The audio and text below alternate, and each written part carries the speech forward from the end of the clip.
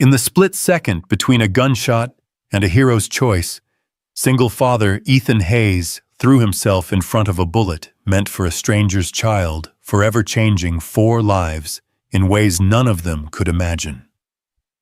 What happened next will restore your faith in humanity and prove that sometimes the greatest love stories begin with the greatest sacrifices.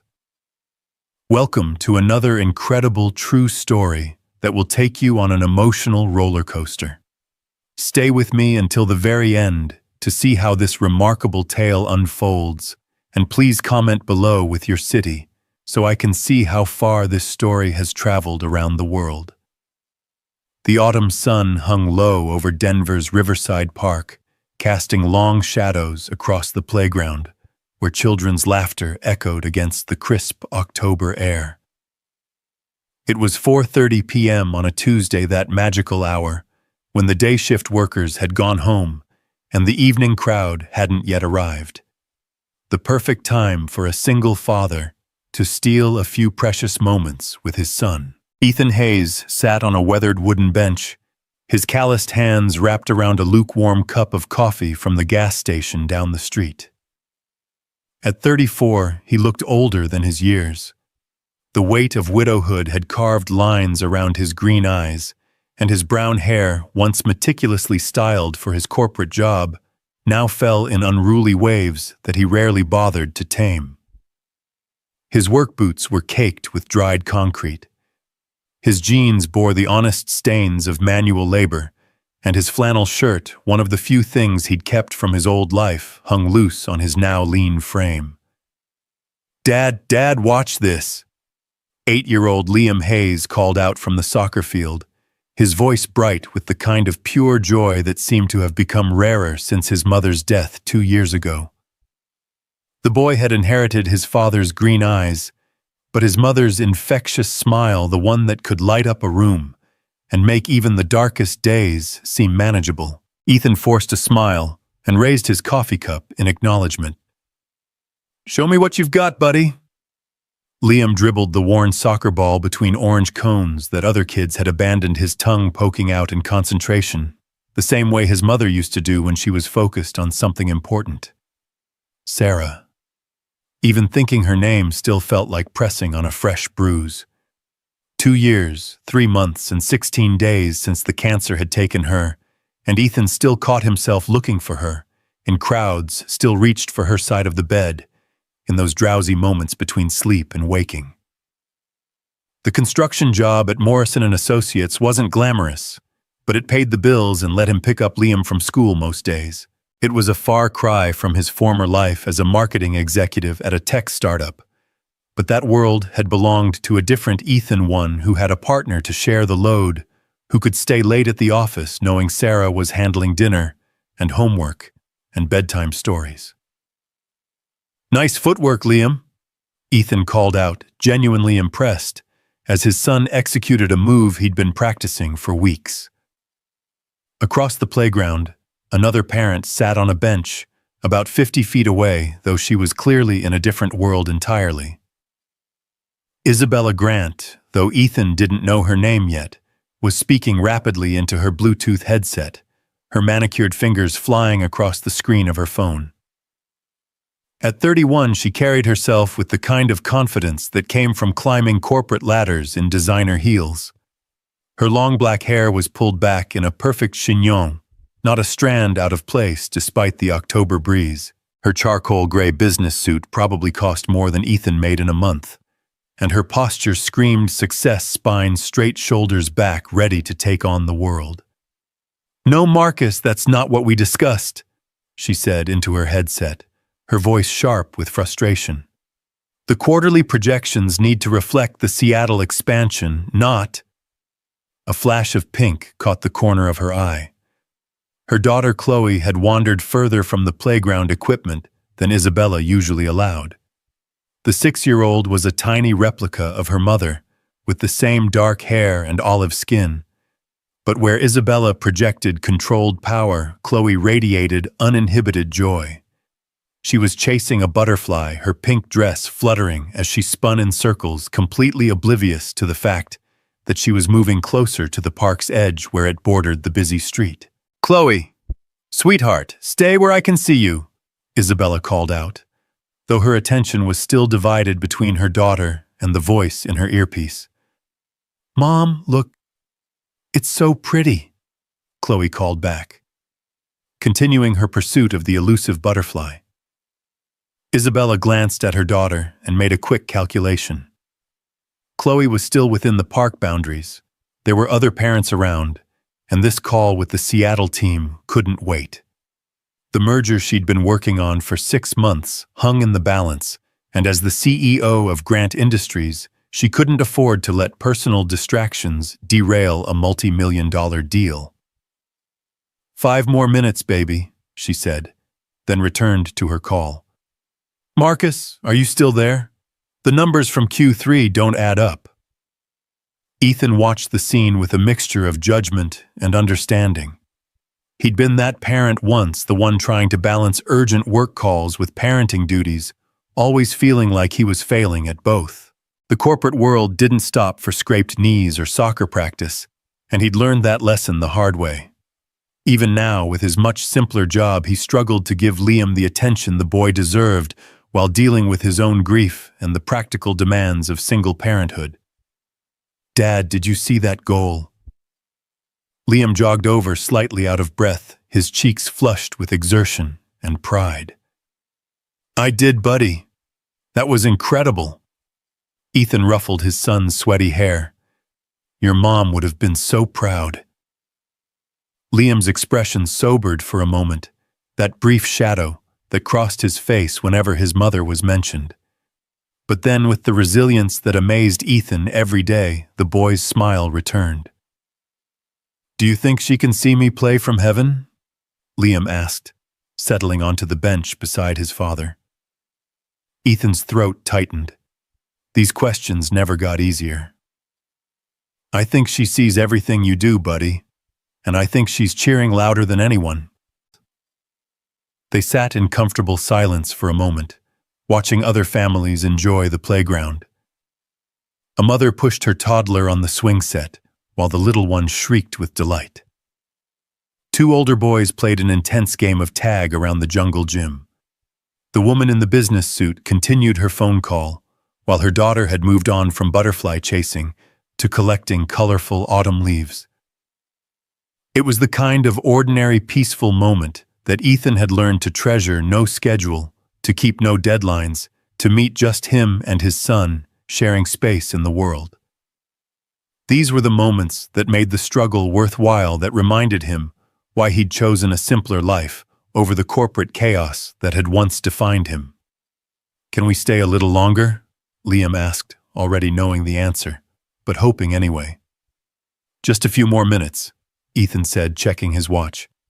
"We need to get home and start dinner soon." Liam nodded and was about to return to his soccer ball when something caught his attention. "Dad, why is that man watching us?" Ethan followed his son's gaze to a figure standing at the far edge of the park near the tree line that separated the recreational area from the residential neighborhood beyond. The man was perhaps 40 feet away, partially obscured by shadows, but there was something about his posture, the way he was standing perfectly still, his focus unnaturally intense, that made Ethan's instincts prickle with unease. "I'm not sure, buddy," Ethan said, keeping his voice calm, while his mind began cataloging details. The figure wore a dark, hooded sweatshirt despite the mild weather, and his hands were shoved deep in his pockets. Most concerning was his stillness. Normal park visitors moved around, sat on benches, interacted with their environment. This man was studying the scene like a predator selecting prey. "Maybe he's just waiting for someone," Ethan added, though he didn't believe it himself. The man's head turned slightly, and for a brief moment Ethan caught a glimpse of his profile. There was something wrong with his expression, an intensity that didn't belong in a family park. Ethan's construction work had taught him to trust his gut about people and situations, and right now his gut was screaming warnings. "Liam, come sit with me for a minute," Ethan said, his voice carefully controlled. But before Liam could respond, the man in the hoodie began moving. Not toward them, Ethan realized with growing alarm, but toward the other side of the playground, where the woman in the business suit sat with her back to the approaching figure, still absorbed in her phone call. Her daughter, the little girl in the pink dress, was now playing alone near the edge of the playground, completely vulnerable. Ethan's blood turned to ice as he watched the hooded figure's hand emerge from his pocket. The afternoon sun caught the metal, and there was no mistaking what he was seeing. A gun. Time seemed to slow as Ethan's mind processed the impossible scene unfolding before him. The man was raising the weapon, his target clearly the little girl who was innocently arranging leaves in a pattern only she understood. The child's mother remained oblivious, her attention divided between her business call and the phone screen that demanded constant vigilance. "Get down!" Ethan shouted, his voice carrying across the playground with the force of absolute terror. The woman looked up, confused, her business call forgotten as she tried to process the urgency in a stranger's voice. Other parents turned their conversations, stopping mid-sentence as they searched for the source of alarm. But Ethan was already moving. Years of construction work had kept him in decent shape, but he'd never run like this with the desperate speed of a father who understood that seconds meant the difference between life and death. His boots pounded against the playground surface as he sprinted toward the little girl, his heart hammering so hard he could hear it in his ears. The gunman saw him coming.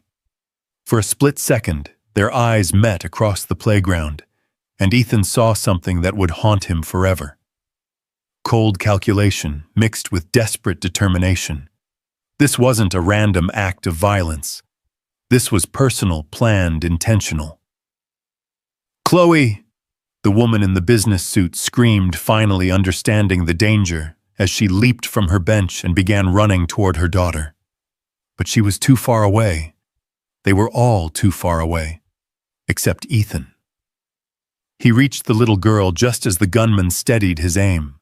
Without thinking, without calculating the cost, without considering any outcome beyond protecting an innocent child, Ethan threw himself between the gun and its target. "Stay down, sweetheart," he whispered to the terrified girl as he wrapped his arms around her small body, shielding her with his own. The shot rang out across the playground like thunder, silencing the birds and freezing every person within earshot. Ethan felt the impact, a white-hot lance of pain that tore through his left shoulder and spun him around. But even as he fell, he kept his arms wrapped around the little girl, cushioning her fall with his own body. "Daddy!" Liam's scream cut through the chaos, raw with terror and confusion. The playground erupted into pandemonium. Parents grabbed their children and ran for cover. Someone was shouting into a phone, calling 911. The gunman, perhaps startled by the unexpected interference, or afraid of being caught, melted back into the tree line and disappeared. But Ethan barely registered any of it. His world had narrowed to the warm weight of the child in his arms, her small body shaking with fear, and the spreading warmth of his own blood soaking through his flannel shirt. "Are you okay, sweetheart?" He managed to ask, his voice rough with pain. The little girl, Chloe, looked up at him with wide, dark eyes, filled with tears. "Why did you help me?" she whispered. Before Ethan could answer, the woman in the business suit reached them, dropping to her knees beside her daughter with a sob of relief and terror. "Chloe! Oh God, Chloe, are you hurt?" Isabella's hands flew over her daughter's small form, checking for injuries, her professional composure completely shattered. "I'm okay, Mommy," Chloe said in a small voice. "But this man is bleeding." Isabella's gaze shifted to Ethan, for the first time really seeing him. His face was pale but determined, his green eyes focused on her daughter, even as his own blood pooled beneath him. The sacrifice he'd made, throwing himself into harm's way for a child he'd never met, hit her like a physical blow. Sir, can you hear me? Isabella's voice shook as she pressed her scarf against his shoulder wound, trying to stem the bleeding. Help is coming.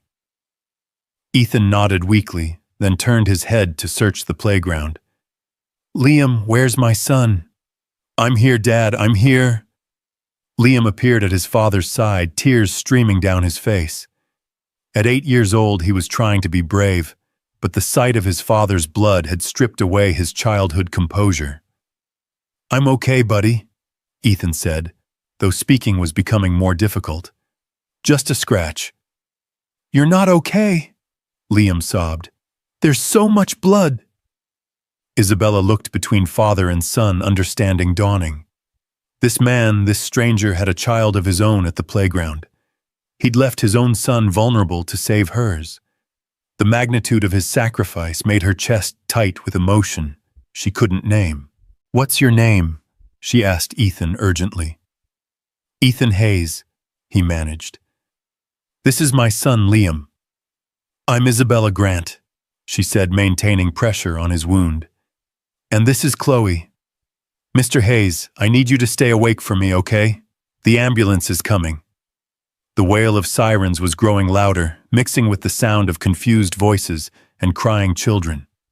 The peaceful afternoon had shattered into chaos, but at the center of it, 4 lives had intersected in a way that would change everything. Sir, I need you to move back. A paramedic appeared beside them, professional and efficient. Isabella reluctantly shifted away, pulling Chloe with her, but she couldn't take her eyes off the man who had saved her daughter's life. As the EMTs worked on Ethan, checking his vitals and preparing him for transport, Isabella found herself studying his face. There was something noble about him, even in his current state, a quiet strength that spoke of a man who faced life's challenges head-on. His son stayed close, holding his father's uninjured hand and whispering reassurances that sounded far too mature for an 8-year-old. Ma'am, a police officer approached Isabella.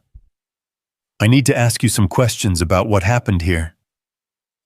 Isabella nodded, though part of her attention remained on Ethan as the paramedics loaded him onto a stretcher. The gunman, he was specifically targeting Chloe.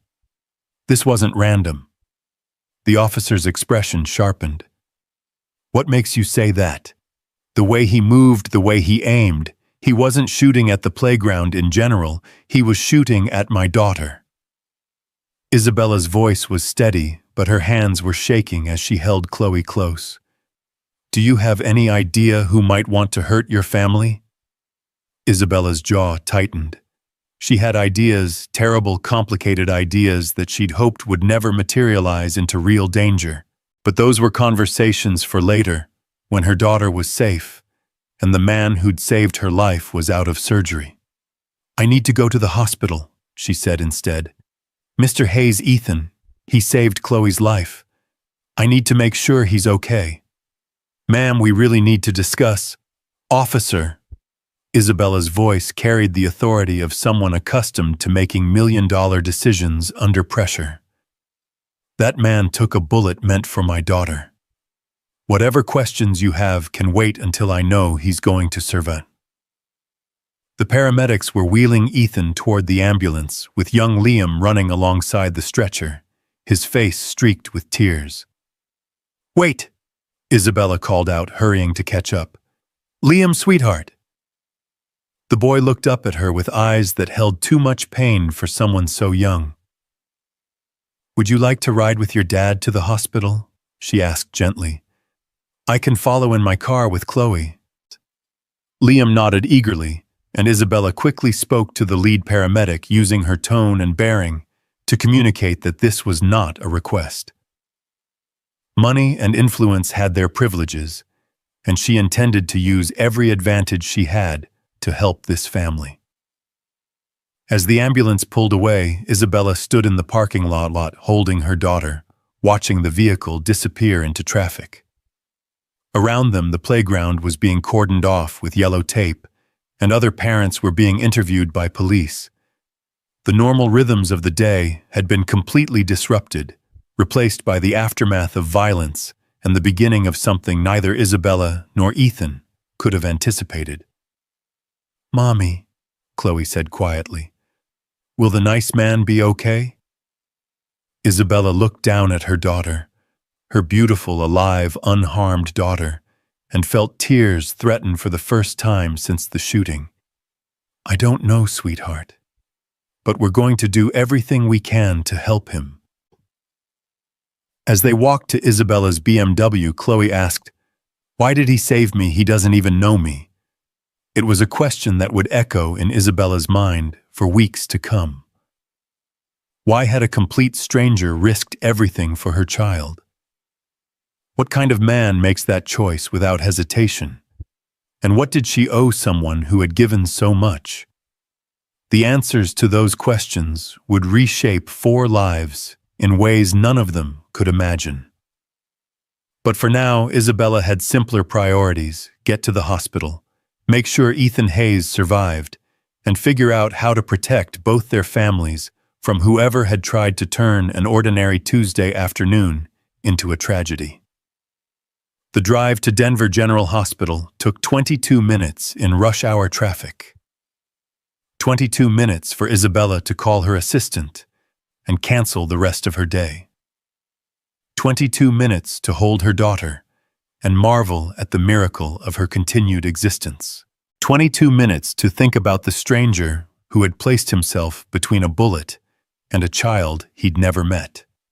By the time they reached the hospital, Isabella Grant, CEO mother, and newly minted witness to genuine heroism, had made a decision that would alter the trajectory of 2 families forever. Whatever it took, whatever it cost, she would make sure that Ethan Hayes and his son never wanted for anything again. It was the least she could do for the man who had saved everything that mattered to her. The only question now was whether he would survive long enough for her to tell him so. The fluorescent lights of Denver General Hospital's emergency room cast everything in harsh clinical white as Isabella pushed through the automatic doors, with Chloe pressed close to her scene. The familiar smell of antiseptic and floor wax filled her nostrils, bringing back unwanted memories of her own father's final days in a place just like this one. But today wasn't about the past. It was about the future of the man who had saved her daughter's life. "Excuse me," Isabella approached the reception desk, her voice carrying the same authority that commanded boardrooms, though now it was edged with genuine concern. "I need information about a gunshot victim who was just brought in. Ethan Hayes."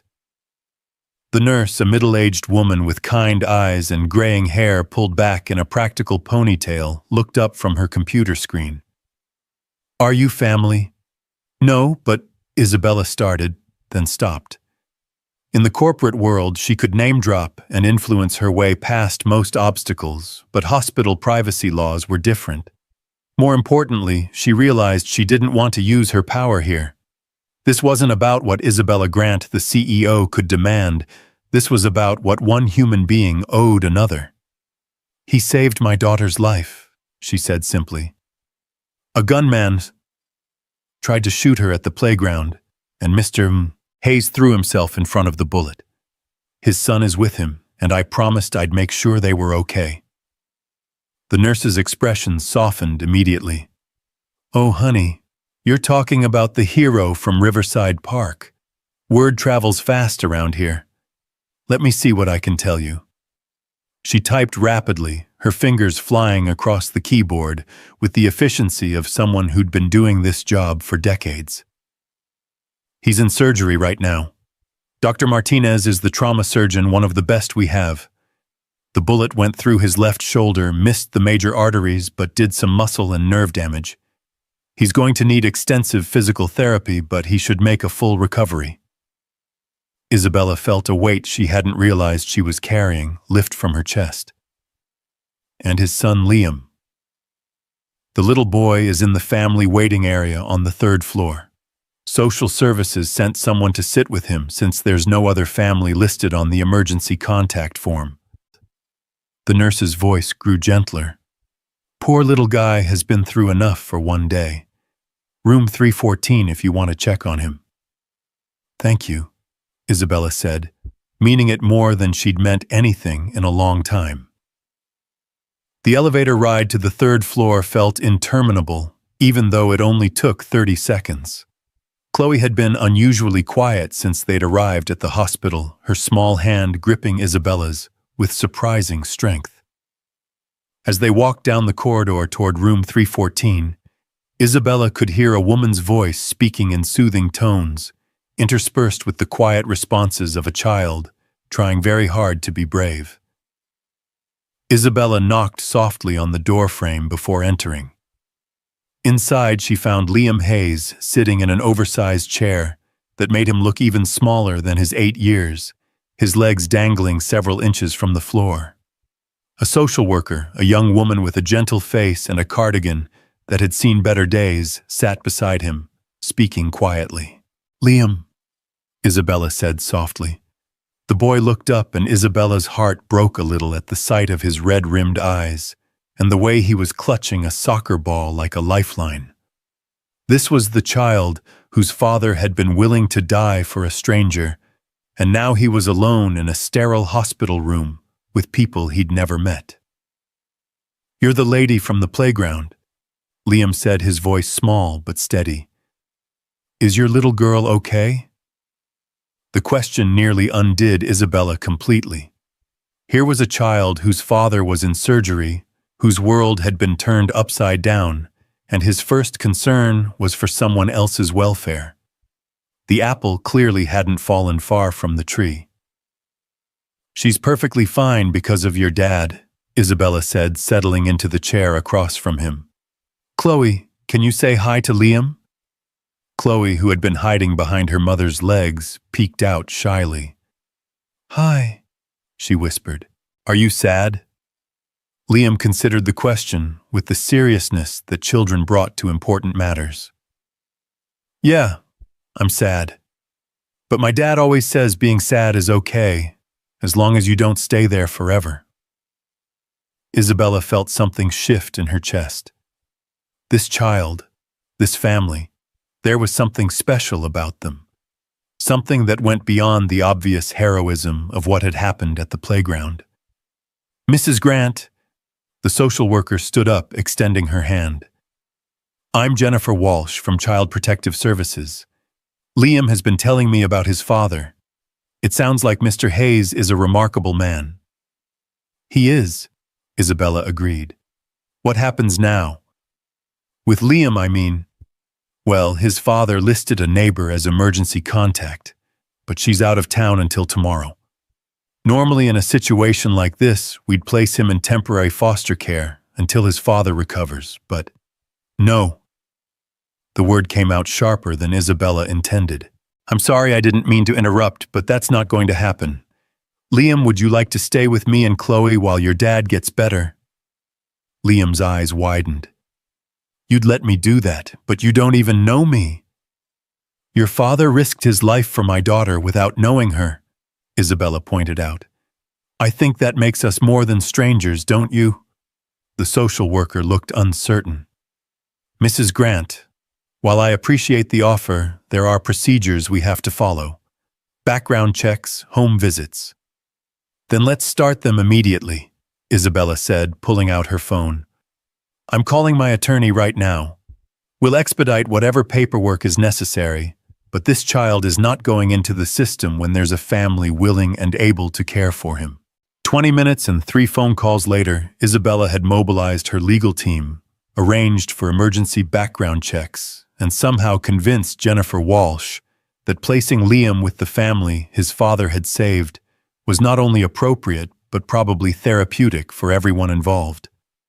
"Liam," Isabella said, kneeling down so she was at eye level with the boy. "Would you like to see your dad before we go home?" "Is he awake?" Liam asked hopefully. "Not yet, but the nurse said we could peek in on him, just for a minute." They made their way down to the surgical recovery ward, where Dr. Martinez, a compact woman with silver-streaked hair and confident hands, was just finishing her post-operative notes. "You must be the family," Dr. Martinez said, looking up from her chart. Your husband is one lucky man, Mrs. Hayes. Another inch to the right, and we'd be having a very different conversation. Oh, we're not, Isabella started, then realized the assumption was natural, given the circumstances. I'm Isabella Grant. Mr. Hayes saved my daughter's life. This is his son, Liam. Dr. Martinez's eyebrows rose slightly, but she recovered quickly. Well, regardless of the relationship, Mr. Hayes is going to be fine. The surgery went well, though he'll need several months of physical therapy to regain full use of his shoulder. The bullet damaged some muscle tissue and nicked a nerve, but nothing that won't heal with time and effort. Can I see him? Liam asked, his voice barely above a whisper. He's still under anesthesia, but yes, you can see him for a few minutes. Just remember, he looks a lot worse than he actually is, okay? Nothing could have prepared Isabella for the sight of Ethan Hayes in that hospital bed. The strong, decisive man who had sprinted across a playground to save her daughter looked fragile under the white sheets, his face pale against the institutional pillows.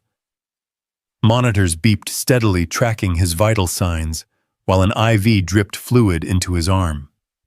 His left shoulder was heavily bandaged, and his usually unruly brown hair had been pushed back from his forehead, making him look younger and somehow more vulnerable.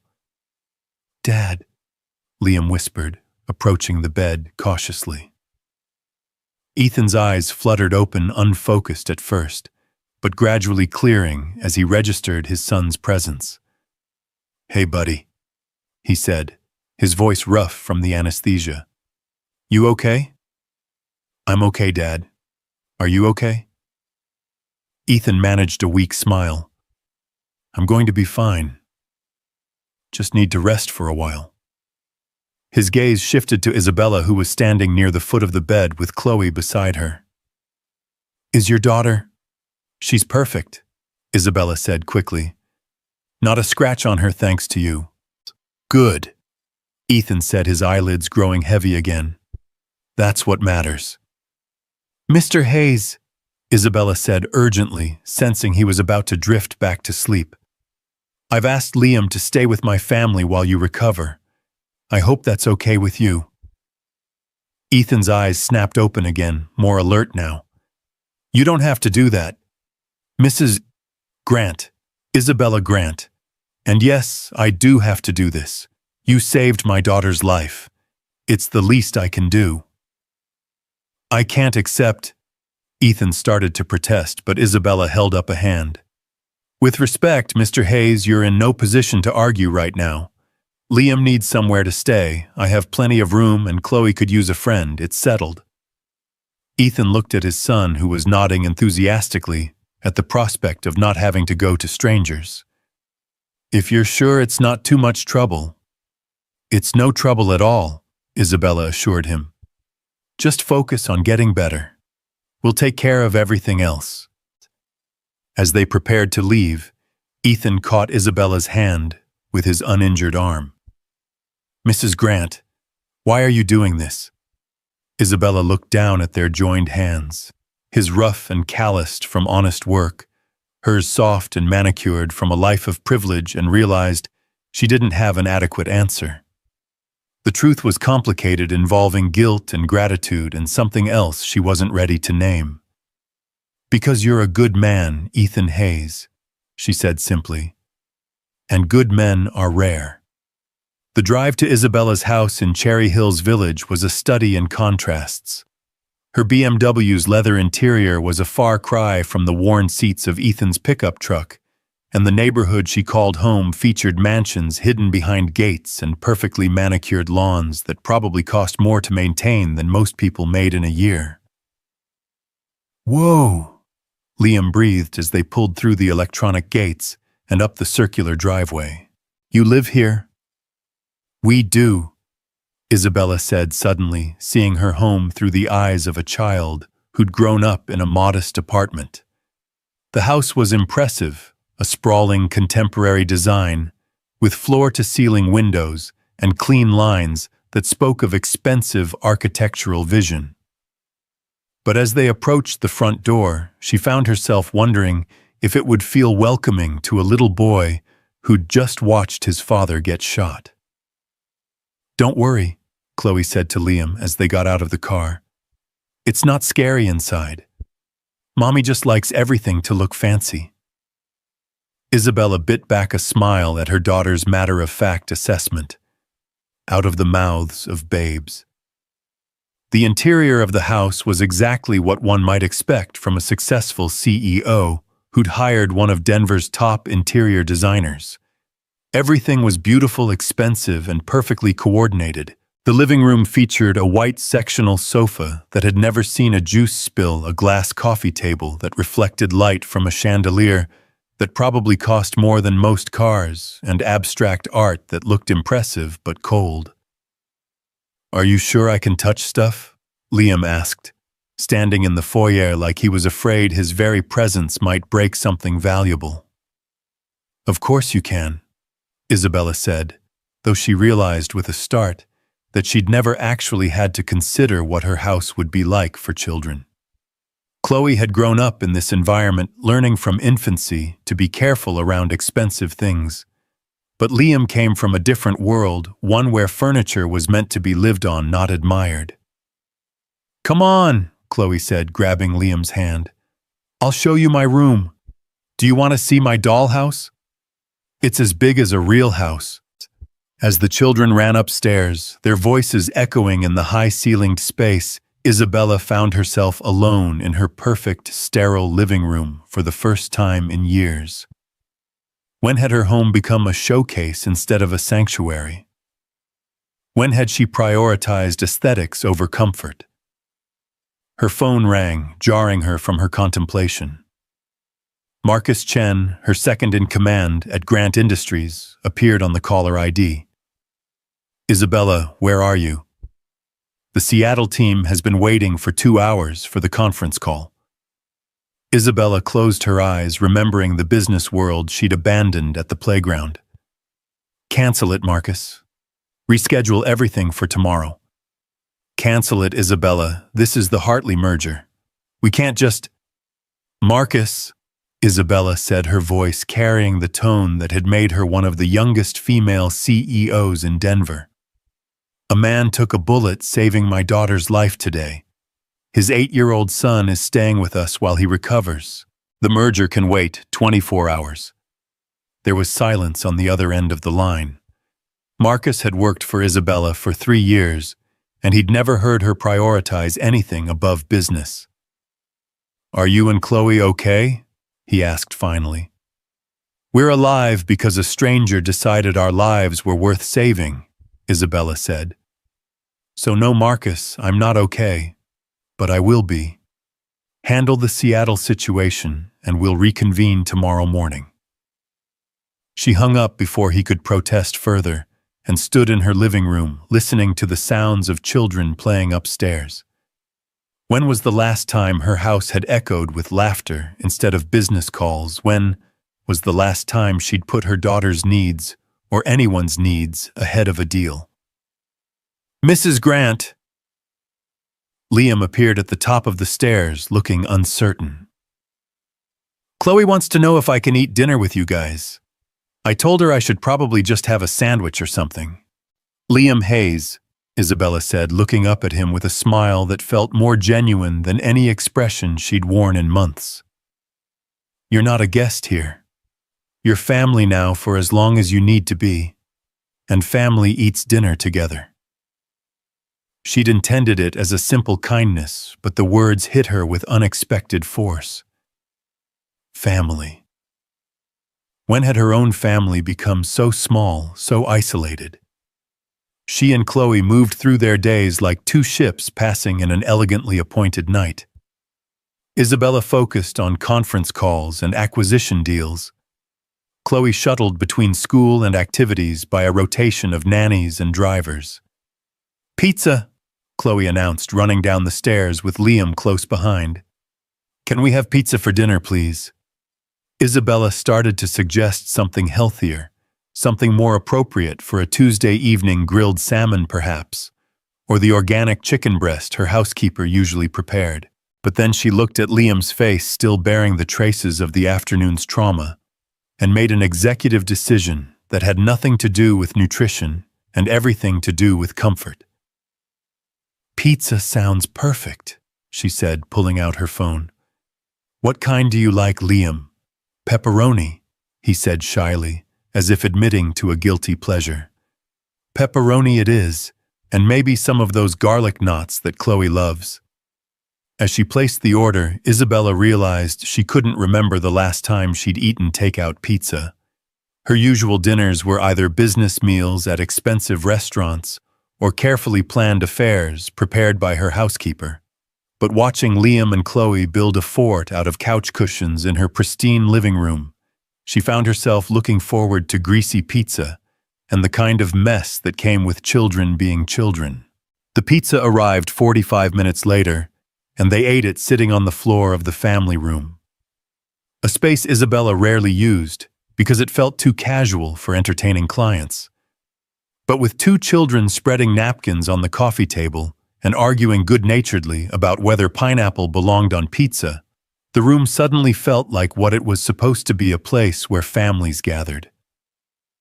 "My dad makes really good spaghetti," Liam said between bites. "He learned how from my mom before she died. She said cooking was like love you could taste."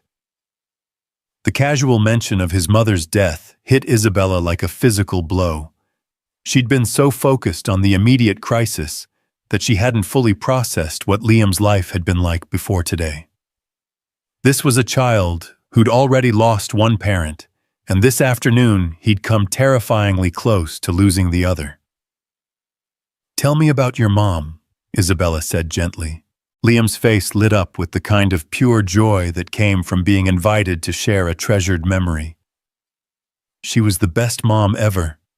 She had yellow hair like sunshine, and she always smelled like the vanilla candles she liked to burn.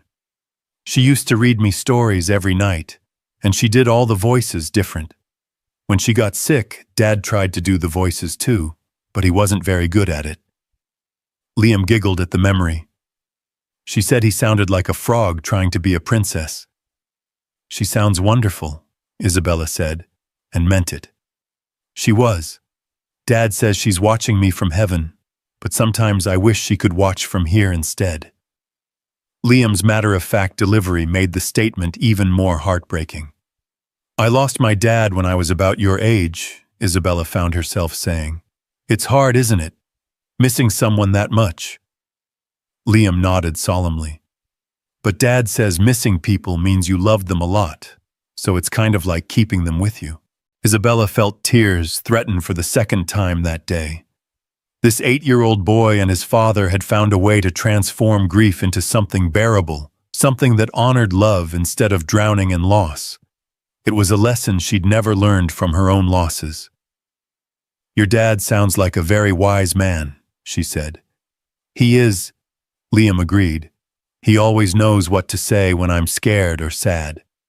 And he makes the best pancakes on Saturday mornings. They're shaped like Mickey Mouse ears." As the evening progressed, Isabella found herself seeing her own life through Liam's eyes. The house that had seemed impressive now felt cold and impersonal. The lifestyle that had seemed successful now felt empty. This child, who came from so much less in material terms, possessed something she'd lost somewhere along the way. The ability to find joy in simple things, to value people over possessions, to understand that love was more important than luxury. "Mrs. Grant," Liam said as they were cleaning up the pizza boxes. "Can I call you Isabella? Mrs. Grant sounds like you're my teacher or something." "Of course you can, sweetheart. What should I call your dad when he's feeling better?" "Just Ethan," Liam said. "He doesn't like being called Mr. Hayes. He says it makes him feel old." Isabella smiled, imagining the conversation. She was already looking forward to getting to know Ethan Hayes better, the man who'd raised such an exceptional child, who'd risked everything for a stranger's daughter, who apparently made Mickey Mouse pancakes and did terrible princess voices, and somehow turned tragedy into wisdom. As they prepared for bed, Isabella realized she faced a logistical challenge she'd never encountered. Where does an 8-year-old boy sleep in a house designed for entertaining rather than living?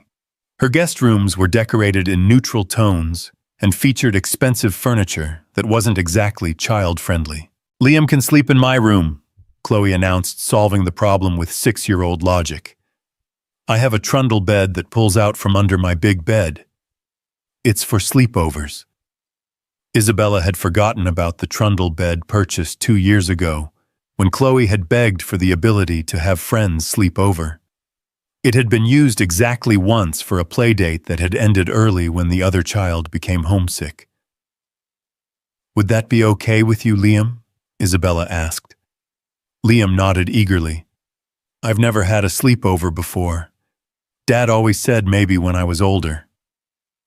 Another reminder of the constraints that single parenthood placed on both father and son.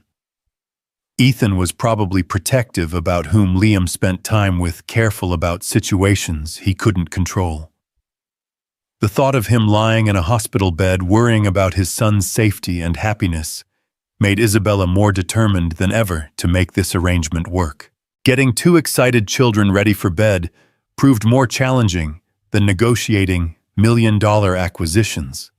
There was teeth-brushing, supervision, pajama selection, and a minor diplomatic crisis over which stuffed animals would be granted bed privileges.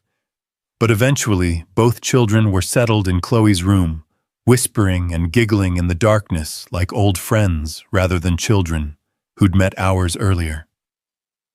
Isabella stood in the doorway, listening to their quiet conversation, and felt something she hadn't experienced in years. Her house felt like a home. "Isabella." Liam's voice was soft in the darkness. "Yes, sweetheart. Thank you for letting me stay here.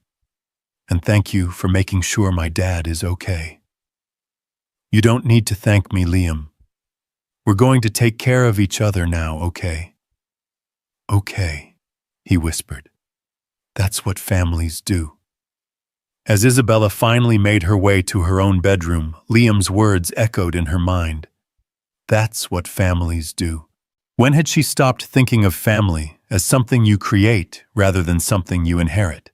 When had she forgotten that the most important things in life couldn't be bought or sold or negotiated? She pulled out her laptop, intending to catch up on the emails that had undoubtedly been piling up since her abrupt departure from the office. But instead of opening her email, she found herself researching physical therapy for gunshot wounds, looking up information about trauma counseling for children, and making notes about changes she wanted to make to ensure Liam felt comfortable in her home. For the first time in years, Isabella Grant fell asleep, thinking about something other than business. She dreamed of pancakes shaped like Mickey Mouse ears, and children's laughter echoing through rooms that had been too quiet for too long. And somewhere in those dreams, she glimpsed the possibility that saving her daughter's life might not be the only gift Ethan Hayes had given her family. The first rays of dawn filtered through the floor-to-ceiling windows of Isabella's bedroom, casting long shadows across the hardwood floors as her phone buzzed insistently on the nightstand. She'd been awake for the better part of an hour, staring at the ceiling and replaying the events of the previous day in vivid detail. Every time she closed her eyes, she saw the gunman's cold stare, heard the crack of the gunshot, felt the weight of Chloe's small body pressed against her as they'd waited for news about Ethan's surgery. The phone buzzed again. Marcus no doubt wondering when she'd be in the office to handle the crisis that yesterday's canceled meetings had undoubtedly created. But for the first time in her professional life, Isabella found herself reluctant to return to the world of conference calls and acquisition deals. The sound of children's whispered conversations drifting from Chloe's room seemed infinitely more important than whatever emergency was waiting in her inbox. "Mommy?" Chloe's voice came from the doorway, followed by the soft padding of bare feet across the carpet. "Liam wants to know if we can visit his daddy today." Isabella sat up, gathering her daughter into her arms. Of course we can, sweetheart. How did you both sleep? Good, Chloe said, snuggling against her mother's warmth. Liam told me stories about his mom. She sounded really nice. The simple statement hit Isabella with unexpected force.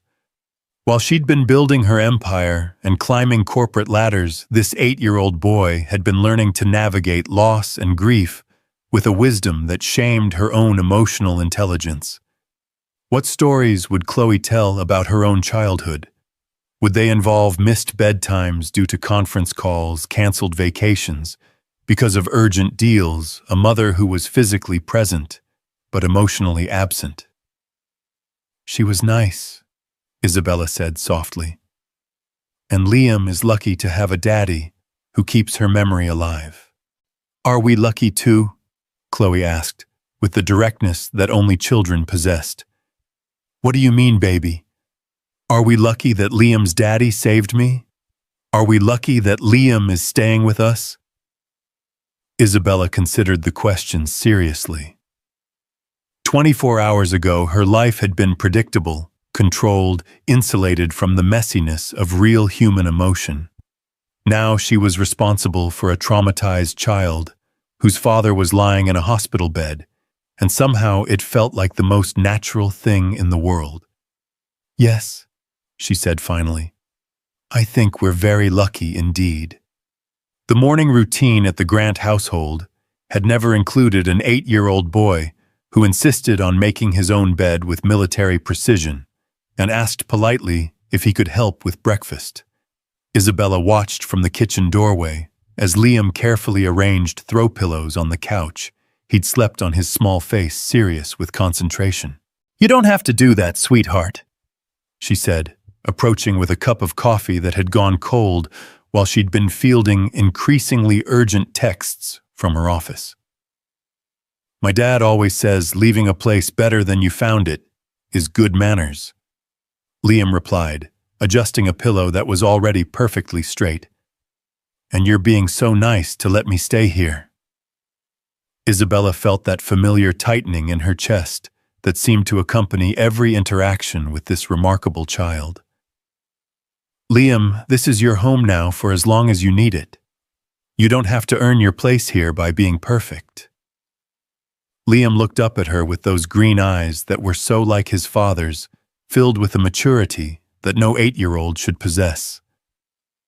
My dad might not be able to work for a while because of his hurt shoulder.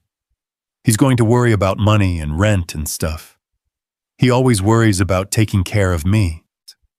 The casual mention of financial concerns opened a window into the Hayes family's reality that Isabella hadn't fully considered. Ethan worked construction, which meant his income was tied directly to his physical ability to perform his job. A shoulder injury that required months of recovery could be financially devastating for a single father with no safety net. Don't worry about any of that, Isabella said, kneeling down to Liam's eye level. Your dad saved Chloe's life. Making sure you're both okay is the least I can do. But what if he says no, Dad's really proud? He might not want to take help from someone he doesn't know very well. The observation was astute beyond Liam's years, and it made Isabella realize that navigating Ethan's pride might be more challenging than any corporate negotiation she'd ever handled. She'd built her career on the assumption that everyone had a price, that the right offer could solve any problem. But something told her that Ethan Hayes operated by a different set of rules entirely.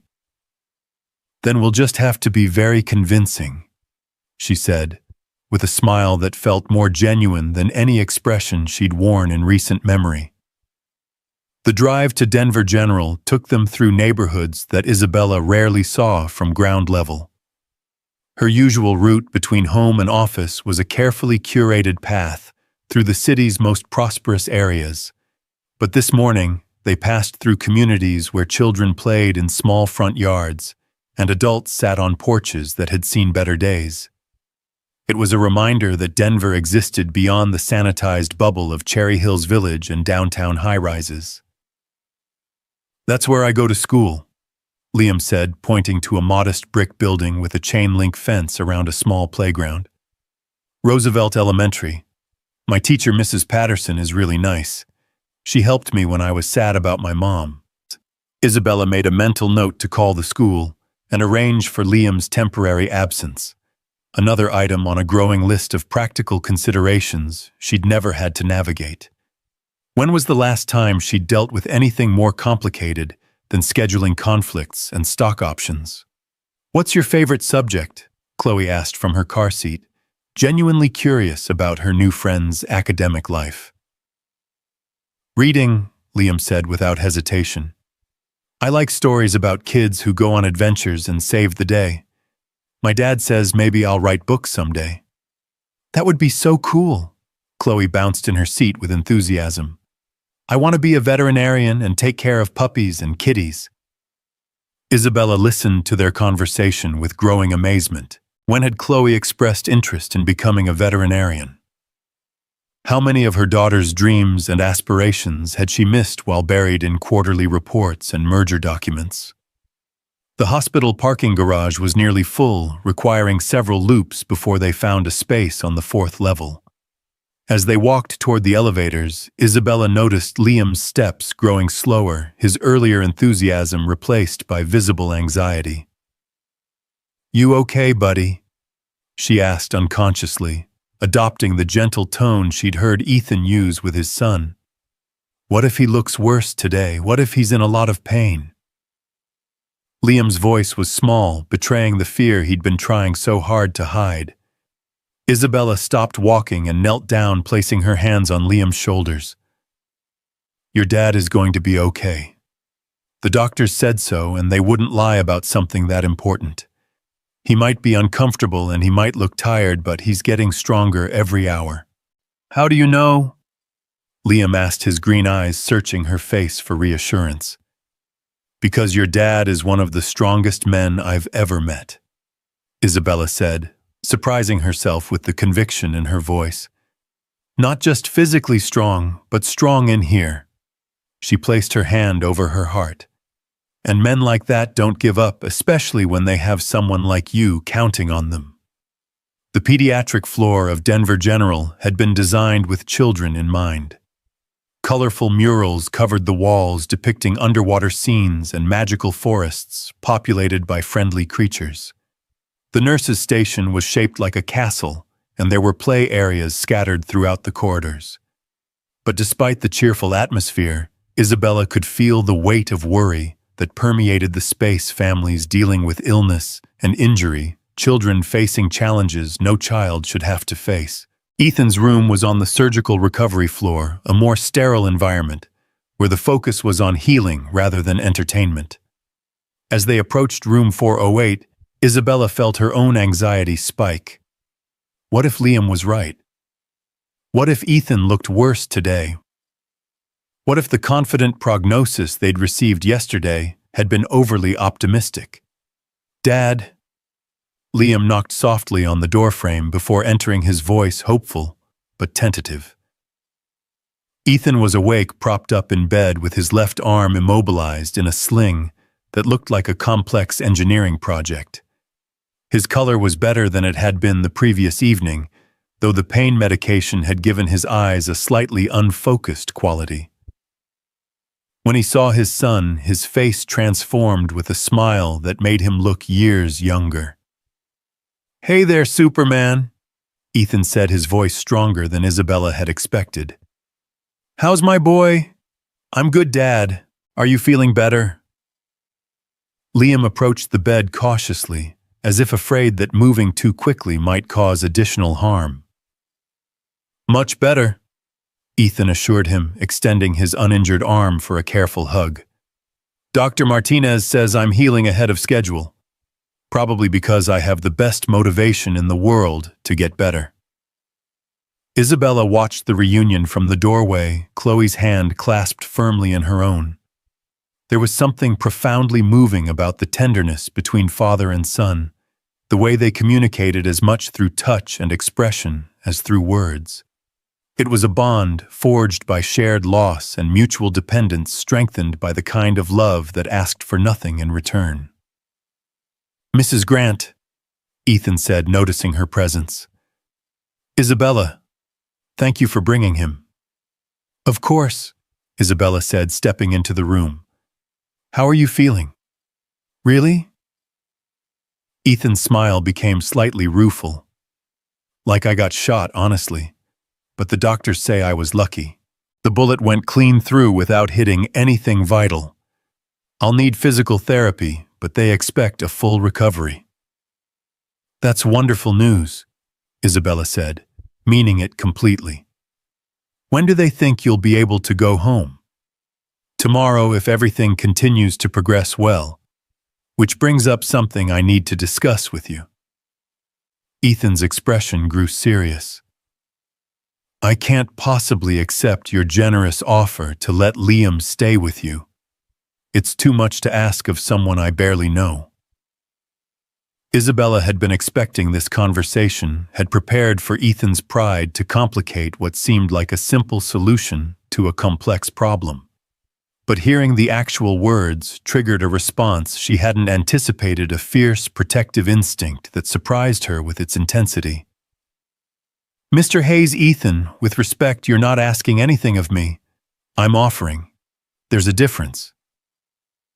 "It's very kind, but I can manage on my own. I always have."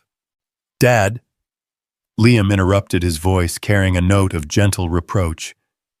"Isabella and Chloe are really nice, and Chloe showed me her dollhouse, and we had pizza for dinner, and Isabella said I could call her by her first name like we're family."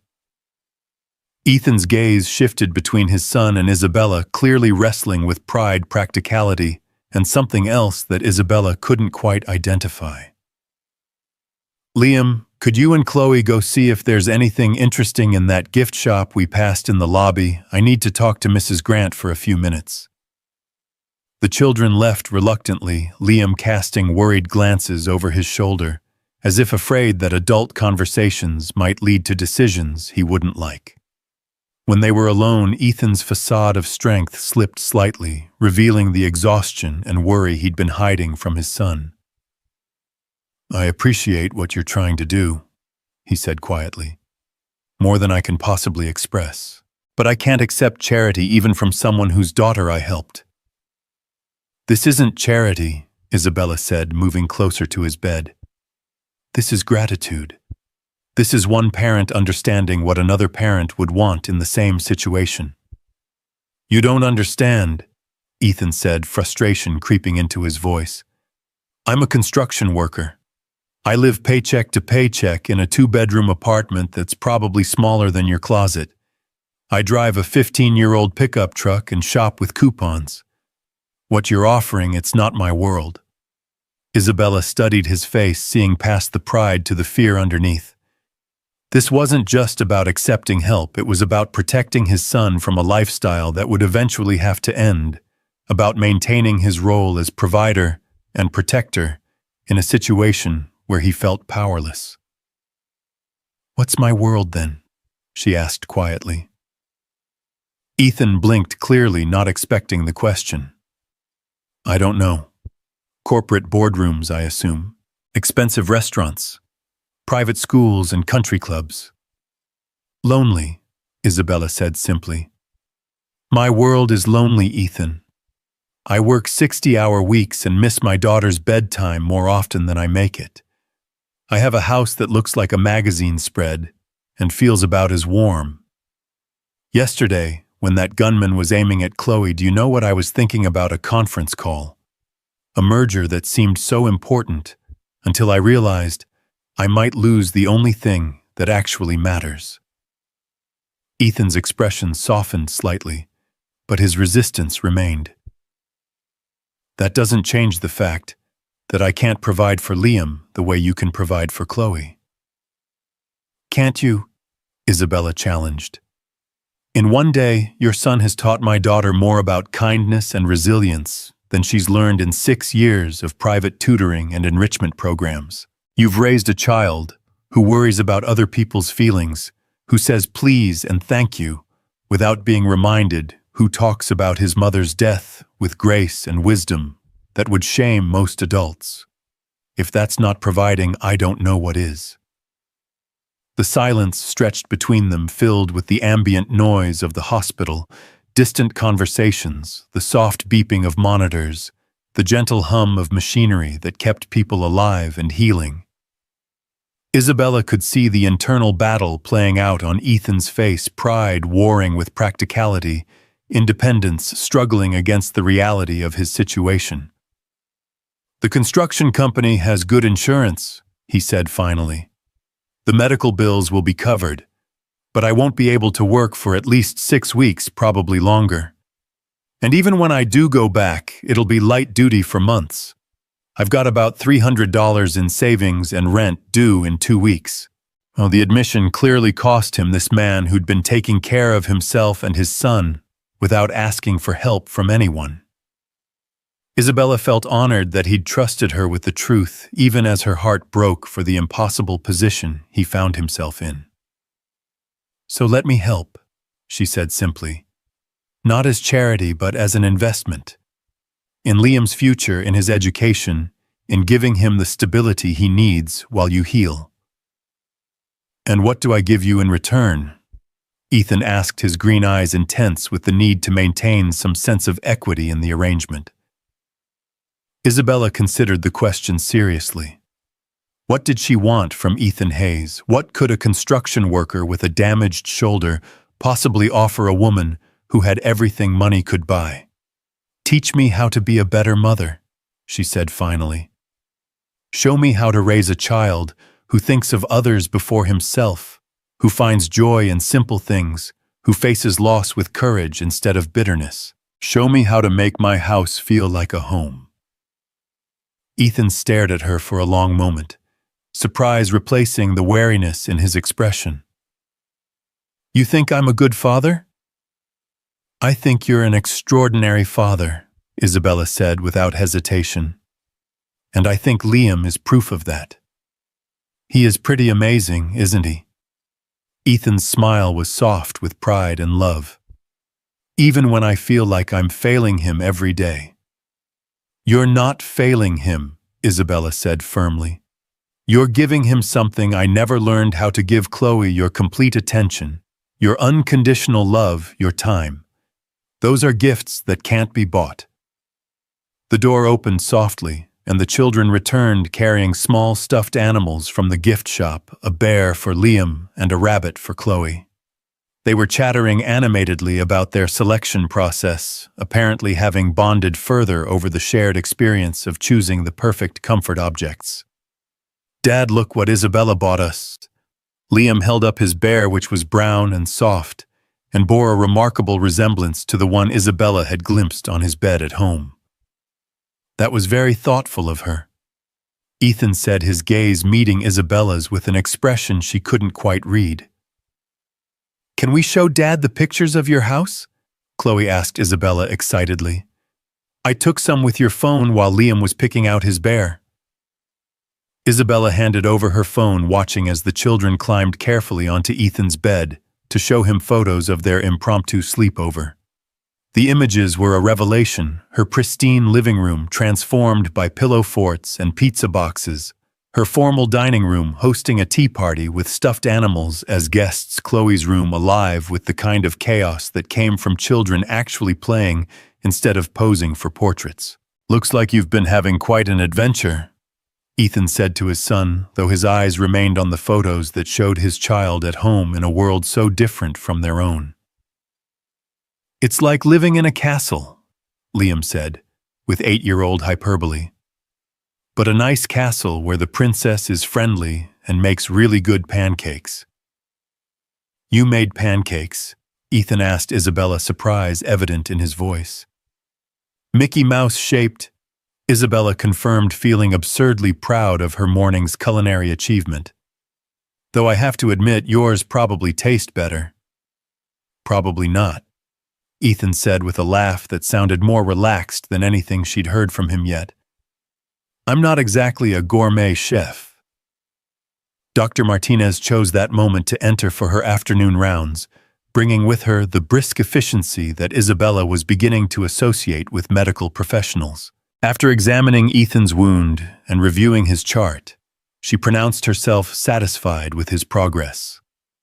"If you continue healing at this rate, we can discharge you tomorrow afternoon," she told Ethan. "You'll need to take it easy for several weeks, though. No heavy lifting, no strenuous activity, and definitely no heroics in playgrounds." "I'll try to restrain myself," Ethan said dryly. "See that you do. Gunshot wounds aren't something to take lightly, even when they're through and through like yours." Dr. Martinez turned to Isabella. "Are you the family member who will be helping with his recovery?" "I." Isabella started, then stopped, uncertain how to define their relationship. "Yes," Ethan said quietly. "She's family." The simple statement hit Isabella with unexpected force. Family. Not charity case, not obligation, not debt to be repaid. Family. When had anyone outside of Chloe claimed her as family good? Dr. Martinez said, making notes in her chart. "He'll need help with basic tasks for the first week or so. Dressing, cooking, that sort of thing. The shoulder needs to stay immobilized until the muscle damage heals." After the doctor left, promising to return with discharge instructions, Isabella found herself alone with Ethan again, while the children explored the hospital's family lounge down the hall. "Family?" she asked, raising an eyebrow. Ethan had the grace to look slightly embarrassed. It seemed easier than explaining the complicated truth. "Besides, after what you've done for Liam, it feels true enough." The complicated truth, Isabella mused. What would that be exactly? That a woman I met yesterday under the worst possible circumstances has shown me and my son more kindness than we've received from anyone since Sarah died. That I'm not sure whether to be grateful or terrified by the way you've turned our lives upside down. That for the first time in 2 years, I'm not sure I can handle everything on my own. The admission hung between them raw and honest, in a way that reminded Isabella why she'd been drawn to this man from the beginning. In a world full of people who said what they thought others wanted to hear, Ethan Hayes told the truth even when it cost him. "You don't have to handle everything on your own," she said softly. "Not anymore." "Why?" Ethan asked, his green eyes searching her face. "Why are you doing this?" "Really?" Isabella considered lying, offering one of the socially acceptable explanations that would make them both more comfortable. But Ethan deserved better than comfortable lies. "Because yesterday, when I saw you running toward that gun, when I realized I'd never seen real courage before. Not the corporate kind, where the worst that can happen is losing money or prestige, but the kind that risks everything for someone else's child. Because when I watch you with Liam, I see the kind of parent I want to be. Because you've reminded me that some things are more important than quarterly profits and acquisition targets." She paused, gathering courage for the rest of the truth. "And because I think you and Liam might be exactly what Chloe and I need to become the kind of family we're supposed to be." Ethan was quiet for a long moment, processing her words. When he finally spoke, his voice was soft, with something that might have been wonder. "Sarah used to say that everything happens for a reason, even the bad things. I never really believed it, especially after she died. But maybe she was right. Maybe we were supposed to be at that playground yesterday. Maybe our families were supposed to find each other." "Maybe they were," Isabella agreed. The conversation was interrupted by the return of Liam and Chloe, both carrying cups of hot chocolate from the family lounge and chattering about their plans for the evening. As Isabella listened to their easy conversation, she realized that somewhere in the space of 24 hours, her definition of family had expanded to include a damaged construction worker and his extraordinary son. "Dad," Liam said, settling into the chair beside Ethan's bed. "Can I stay with Isabella and Chloe while you get better, please? They have a really cool game room, and Chloe knows how to make friendship bracelets, and Isabella said we could plant a garden in the spring." Isabella felt a moment of panic. Had she promised a garden, she could barely keep houseplants alive, let alone manage something as complex as actual gardening. But looking at Liam's hopeful face, she found herself nodding. "If that's what your dad thinks is best," she said. Ethan looked at his son, Shilly looked at him, and Isabella could see the moment when paternal pride overcame personal pride. Liam was happy. More than happy, he was thriving in a way that had nothing to do with material possessions, and everything to do with the simple joy of belonging somewhere. "I think," Ethan said slowly, "that might be exactly what's best for everyone." The rest of the afternoon passed in a blur of practical arrangements. Isabella found herself making lists, school transfers, doctor's appointments, physical therapy schedules, grocery shopping for child-friendly foods. It was the kind of detailed planning she excelled at in the corporate world, but applied to the infinitely more complex challenge of blending two very different families.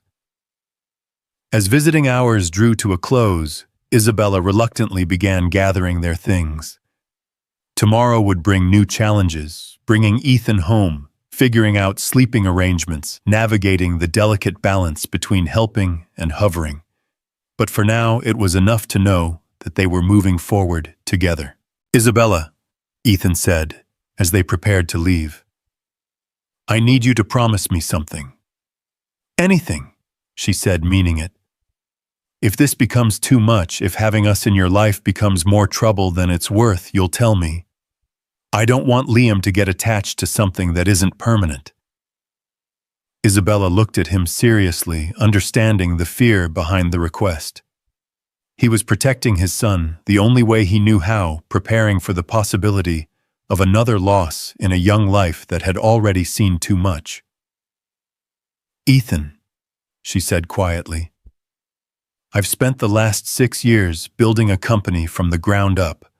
I've navigated hostile takeovers, survived economic downturns, and turned a 2-person startup into a multi-million-dollar enterprise.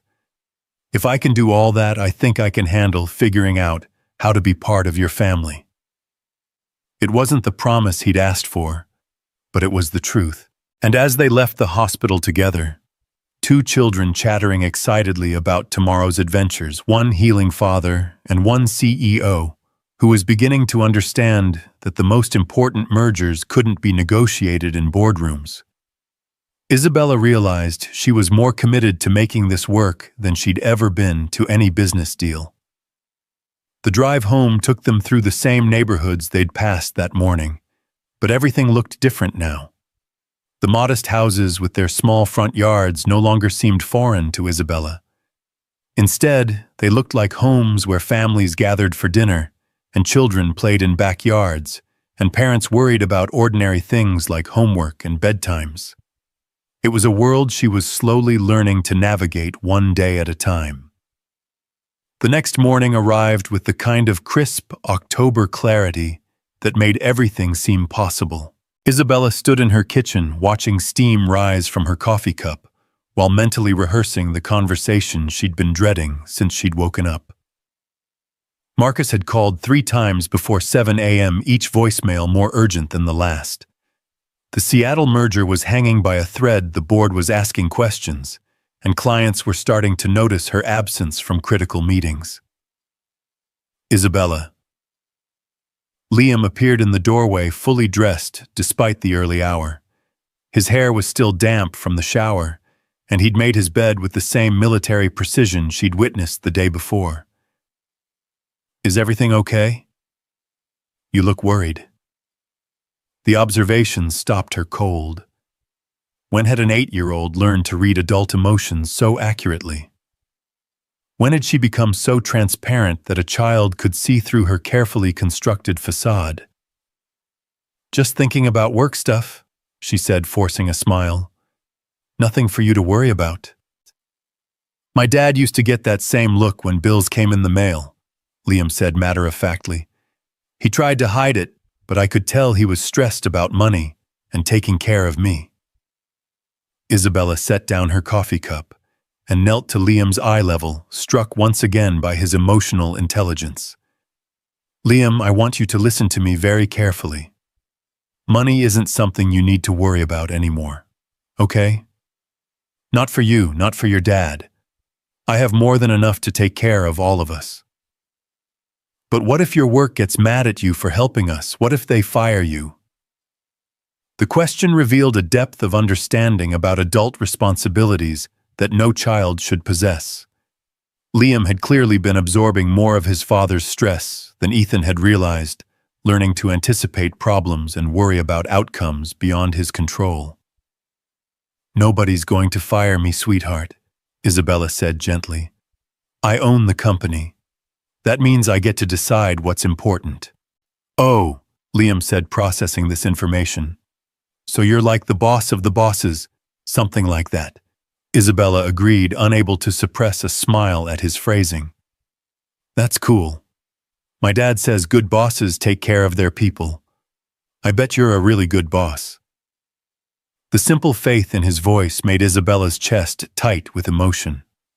Here was a child who'd lost his mother, nearly lost his father, and been uprooted from everything familiar, yet he still believed in the essential goodness of people.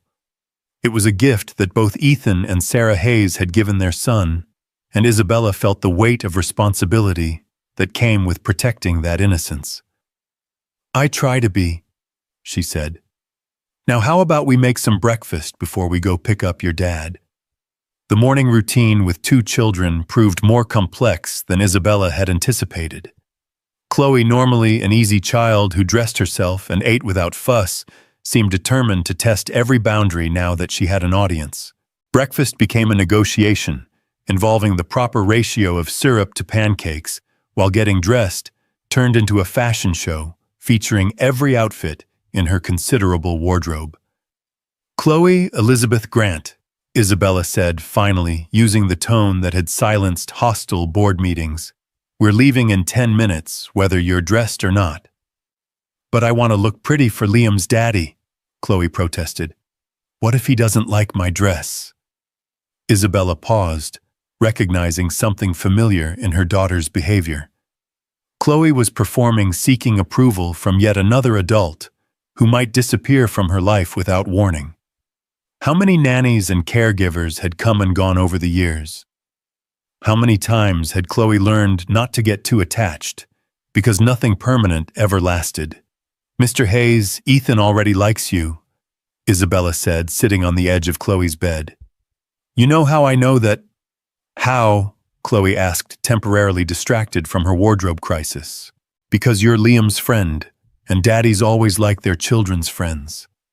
Plus you're kind and funny and smart, and those are the things that really matter to good people. But what if he doesn't want to live with us? What if he takes Liam away? The question revealed the heart of Chloe's anxiety, and Isabella realized her daughter was struggling with the same fears that had kept Ethan awake in his hospital bed.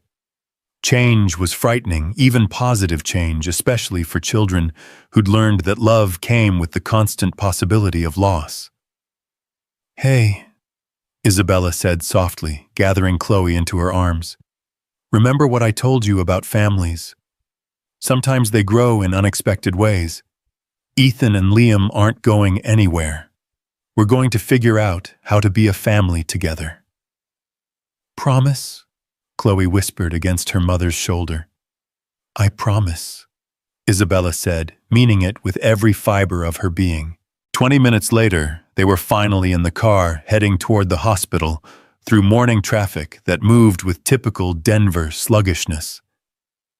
Isabella's phone buzzed continuously, with incoming calls and messages, each one more urgent than the last.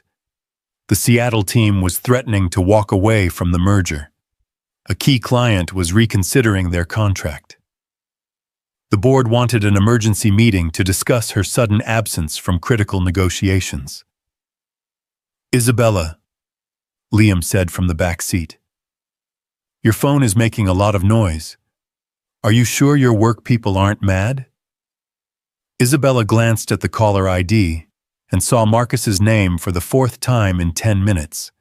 She made a decision that would have been unthinkable a week ago. She turned off the phone entirely. Work can wait, she said firmly. Today is about bringing your dad home. The discharge process at Denver General proved more complicated than anyone had anticipated, despite Dr. Martinez's optimistic timeline. Insurance paperwork delayed Ethan's release by several hours. They spent the morning in his hospital room watching him navigate the complex logistics of dressing with one functional arm, while maintaining his dignity in front of an audience that included his son and two relative strangers. "I can do it myself," Ethan insisted when Isabella stepped forward to help with his shirt buttons, though the frustration in his voice suggested otherwise. "I know you can," Isabella said patiently, "but accepting help doesn't make you weak. It makes you human." "Dad," Liam said from his perch on the visitor's chair, "remember when I had the flu last year and you had to help me with everything?" "Ted, that's what families do. They help each other when someone needs it." Ethan's resistance crumbled at his son's gentle logic. "When did you get so wise, buddy?" "I learned from my dad," Liam replied with a grin that was pure 8-year-old mischief. The physical therapy consultation that preceded discharge was an eye-opening experience for everyone involved. Dr. Rodriguez, a compact woman with silver-streaked hair and the no-nonsense demeanor of someone who'd spent decades helping people rebuild their bodies, walked them through the reality of Ethan's recovery timeline.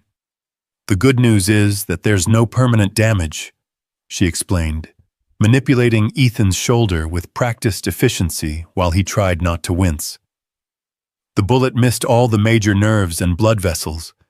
The bad news is that muscle and soft tissue damage takes time to heal, especially when you're trying to regain full range of motion." "How long?" Ethan asked, though Isabella could see he was bracing himself for an answer he wouldn't like. 6 weeks minimum before you can return to light duty. 3 to 4 months before you're cleared for heavy construction work. That's assuming you follow the physical therapy protocol religiously and don't try to rush the process." Isabella saw Ethan's jaw tighten as he processed the financial implications of such an extended recovery.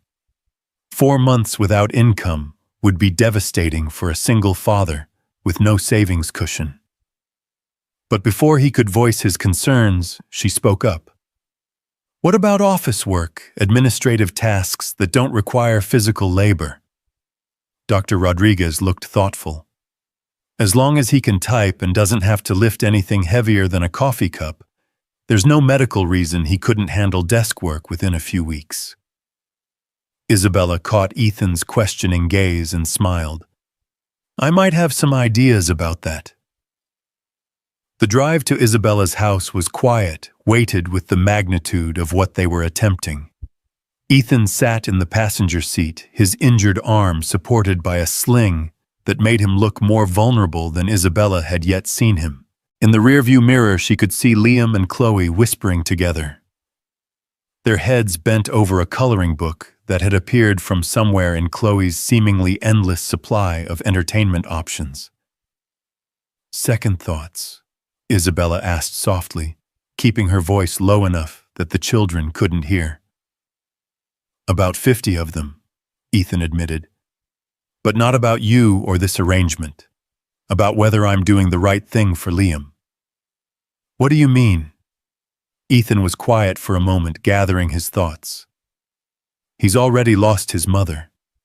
If he gets attached to you and Chloe and something happens to me—" "Nothing's going to happen to you," Isabella said firmly. "You can't know that. I work a dangerous job. I don't have family who could take care of him if something went wrong. Until now, that was manageable because it was just the two of us against the world. But if he starts thinking of you as family—" Isabella understood what he wasn't saying. The closer they became, the more devastating any future loss would be for a child who'd already endured too much. It was the same fear that had driven her to keep emotional distance in her own relationships, the belief that caring less meant hurting less when things inevitably fell apart. "Ethan," she said quietly, "what if instead of worrying about loss we focused on building something worth protecting? What if we gave our children the kind of family they deserve, even if it looks different from what we originally planned? Is that what you want, really? Not just gratitude or guilt, but actual family?" The question demanded honesty, the kind of raw truth that Isabella usually avoided in favor of safer, more manageable emotions.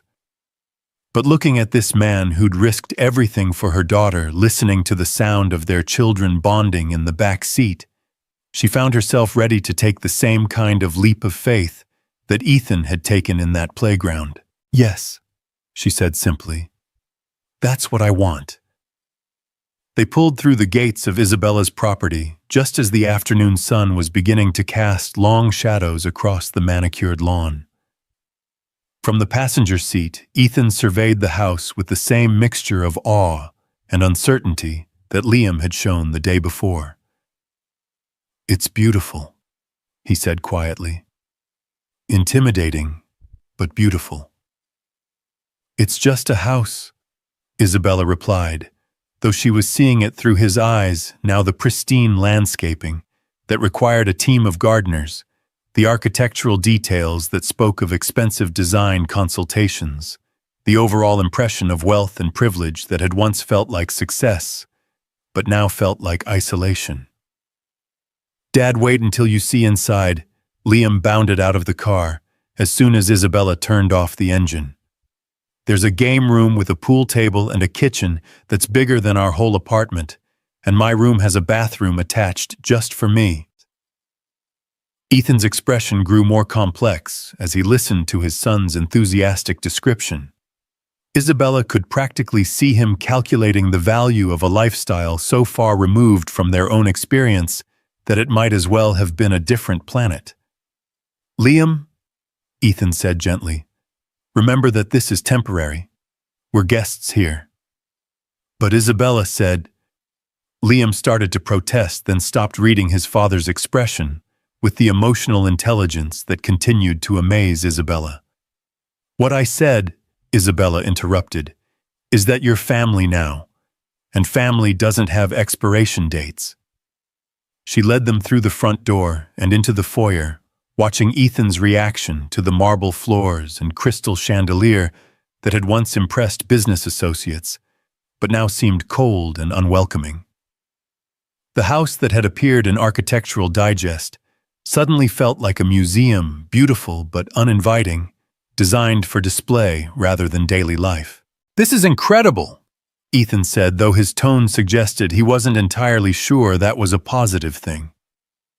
"It's too big," Isabella found herself saying. "I bought it because I thought size equaled success, but it's never felt like home. Not until yesterday." Chloe tugged on Liam's hand, eager to continue the grand tour they'd begun the previous day. As they disappeared up the staircase, their voices echoing in the high-ceilinged space, Isabella was left alone with Ethan in the living room, where everything was perfectly arranged and nothing looked lived in. "Isabella," Ethan said carefully, "I need you to understand something. This house, this lifestyle, it's not my world. I don't know how to live in a place where everything costs more than I make in a year." "Then maybe it's time for both of us to figure out what home actually means," Isabella replied, "because I'm starting to think it has nothing to do with marble floors and designer furniture." As if to prove her point, the sound of children's laughter drifted down from upstairs, bringing warmth to a space that had been silent for too long.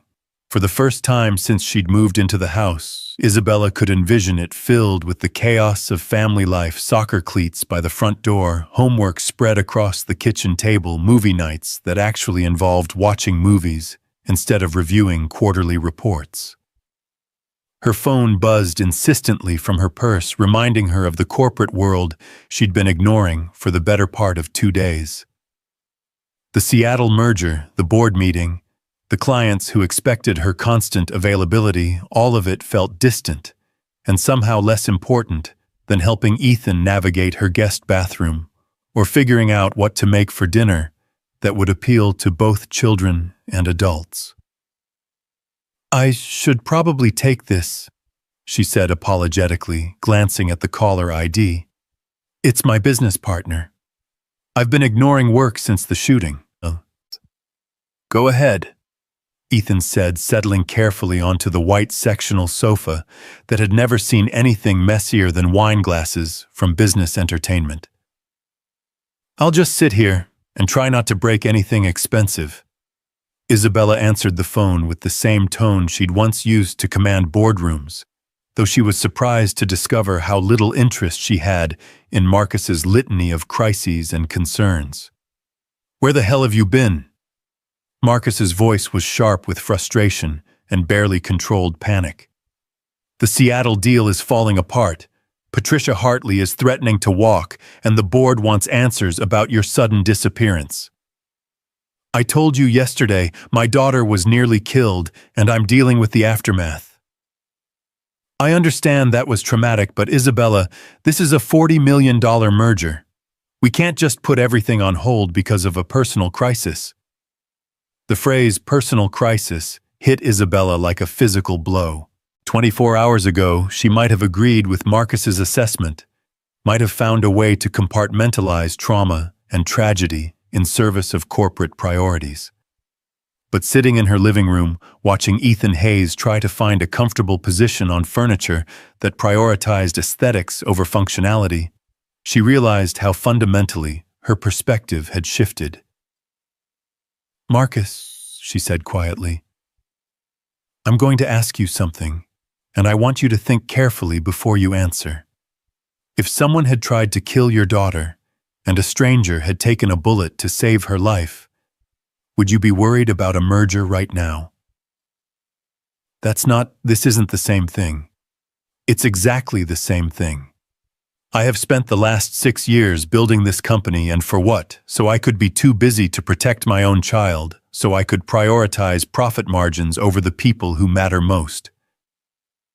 Isabella, you're not thinking clearly. You're traumatized. Maybe you should talk to someone, take a few days to process what happened, and then we can— "I am thinking clearly," Isabella interrupted, her voice carrying the authority that had made Grant Industries one of Denver's most successful firms. "Probably more clearly than I have in years. Handle the Seattle situation, Marcus. Do whatever you need to do to keep the deal alive, but don't call me again unless someone is actually dying." She hung up before he could respond and turned to find Ethan watching her with an expression she couldn't quite read. "Everything okay?" he asked. "Better than okay," Isabella said, meaning it. "I think I just remembered what's actually important." The rest of the afternoon passed in a blur of small adjustments and surprising discoveries. Isabella watched Ethan navigate her kitchen with the efficiency of someone accustomed to cooking for 2 transforming, simple ingredients into a meal that smelled like comfort and tasted like home. She listened to him explain homework concepts to both children with the patience of a natural teacher, turning math problems into games and reading assignments into adventures. Most surprising of all, she found herself learning things about her own daughter that 6 years of parenting had somehow missed. Chloe was naturally artistic, creating elaborate drawings that told complex stories. She was also surprisingly nurturing, appointing herself as Ethan's primary caretaker and insisting on bringing him water and adjusting his pillows with the seriousness of a trained nurse. "She's going to make an excellent big sister someday," Ethan observed, watching Chloe fuss over his sling adjustment. "Big sister." Isabella felt her heart skip a beat at the casual comment. "To Liam, I mean," Ethan clarified quickly, though a flush crept up his neck that suggested he might have meant something else entirely. "She's very protective of him." Isabella studied his profile as he helped Liam with a math worksheet, noting the way his concentration made him look younger, the gentle patience with which he explained concepts without making Liam feel stupid for not understanding immediately. This was a man who'd learned parenting through necessity and heartbreak, who'd figured out how to be both mother and father to a child who needed everything he could give. "Ethan," she said impulsively, "what did you do before construction work?" He looked up from the homework, surprise flickering across his features.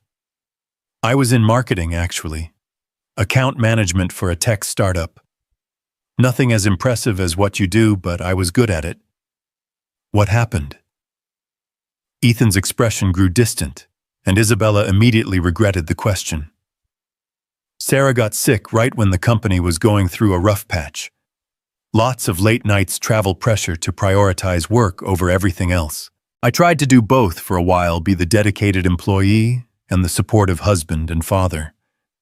But when she started chemo, I realized I couldn't be in two places at once. So you quit." "I took family leave first, thinking I could go back when she got better. But she didn't get better, and by the time—" He paused, gathering himself. "By the time she died, the startup had folded, and I needed work immediately. Construction paid well, didn't require updating skills that had become obsolete, and let me be home for Liam when he needed me." Isabella felt pieces of a puzzle clicking into place. "Do you miss it?" "The marketing work." Ethan considered the question seriously. "I miss the intellectual challenge sometimes. Construction is honest work, and I'm good at it, but it doesn't engage the same part of my brain." "Why do you ask?" "Because I might have a proposition for you," Isabella said, an idea beginning to form. "Grant Industries is expanding rapidly. We need someone to manage our corporate communications, handle client relations, develop marketing strategies for new ventures.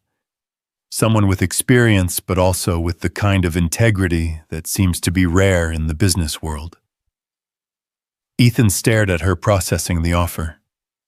"Isabella, you can't just create a job for me because you feel guilty about—" "I'm not creating anything," Isabella interrupted. "We've been looking for the right person for months. Marcus has been handling communications in addition to his other responsibilities, and it's too much for one person.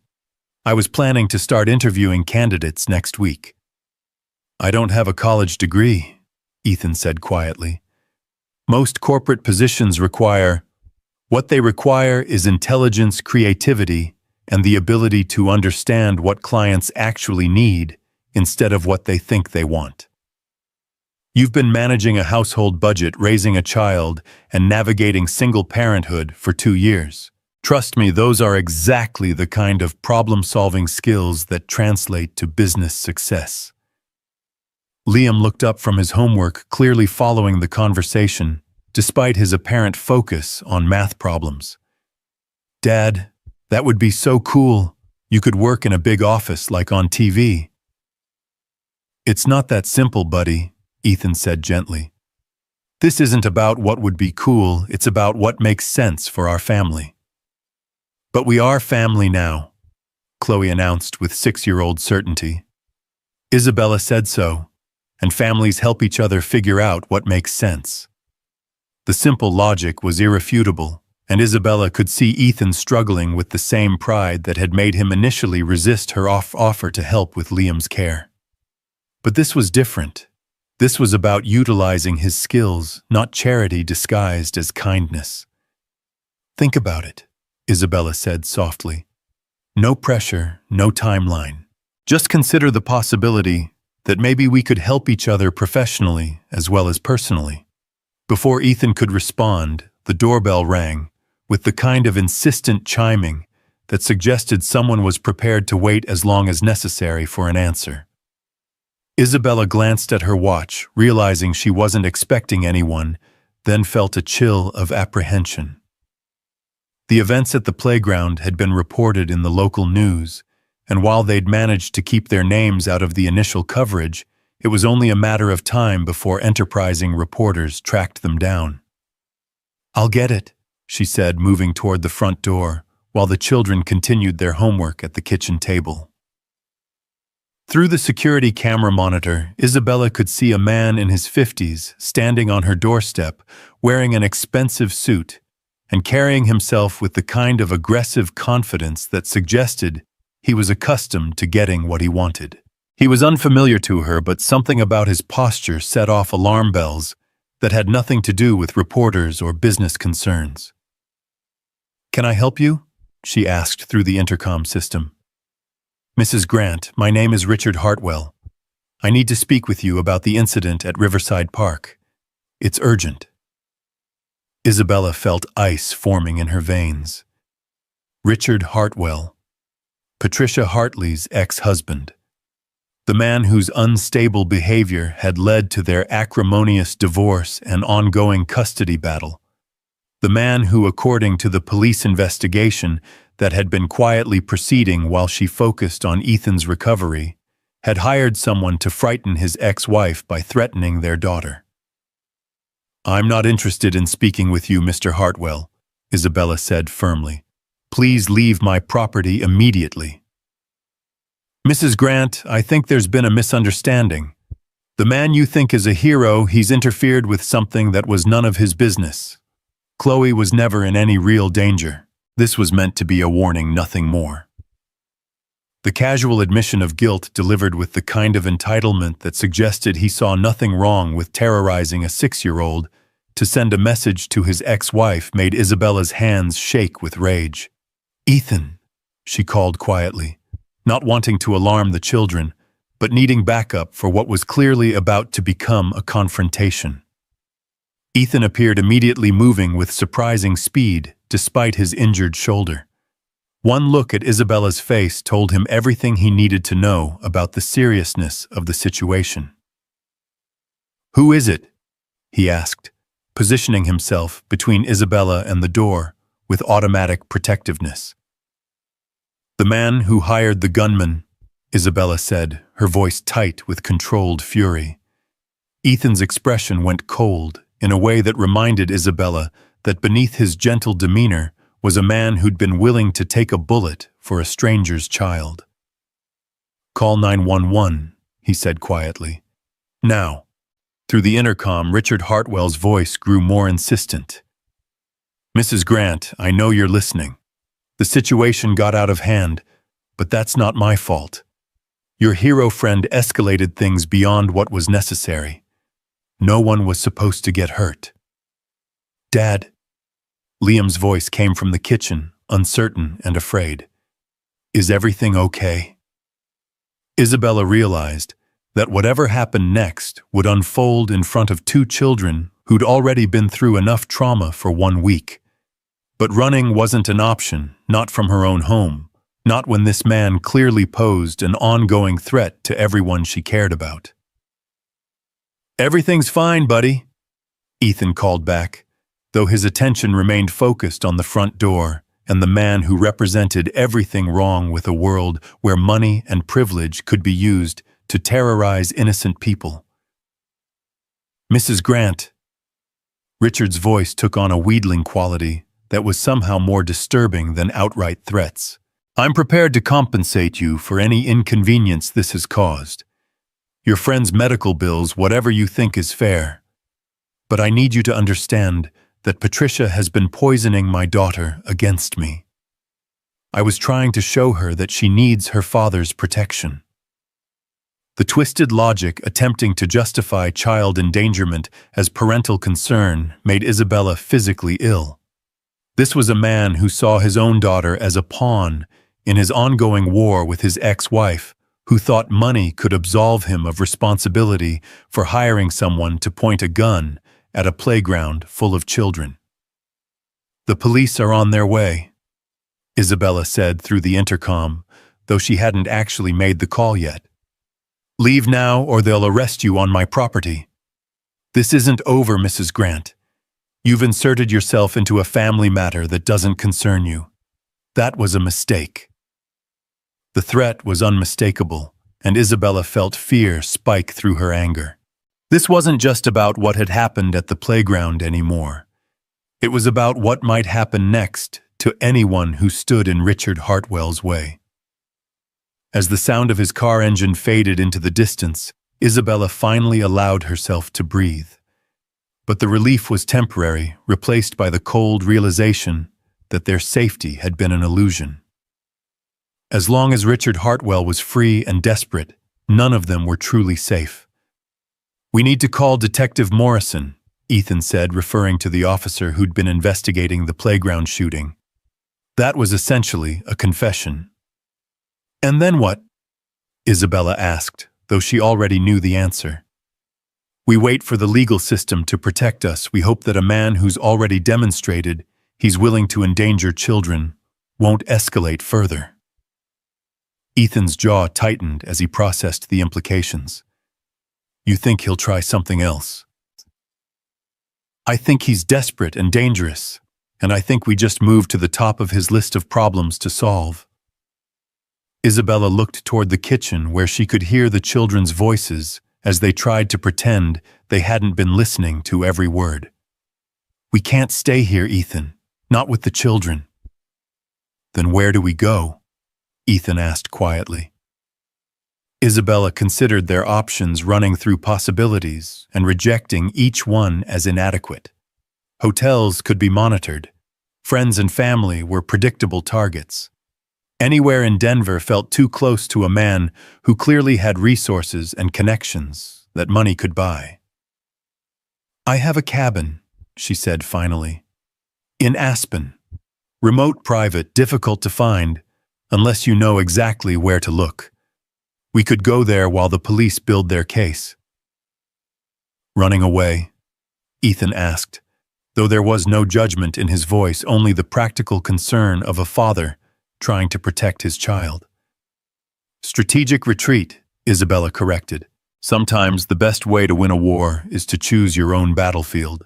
As they began the process of packing for an extended stay in an unknown location, Isabella reflected on how completely her life had changed in the space of 48 hours.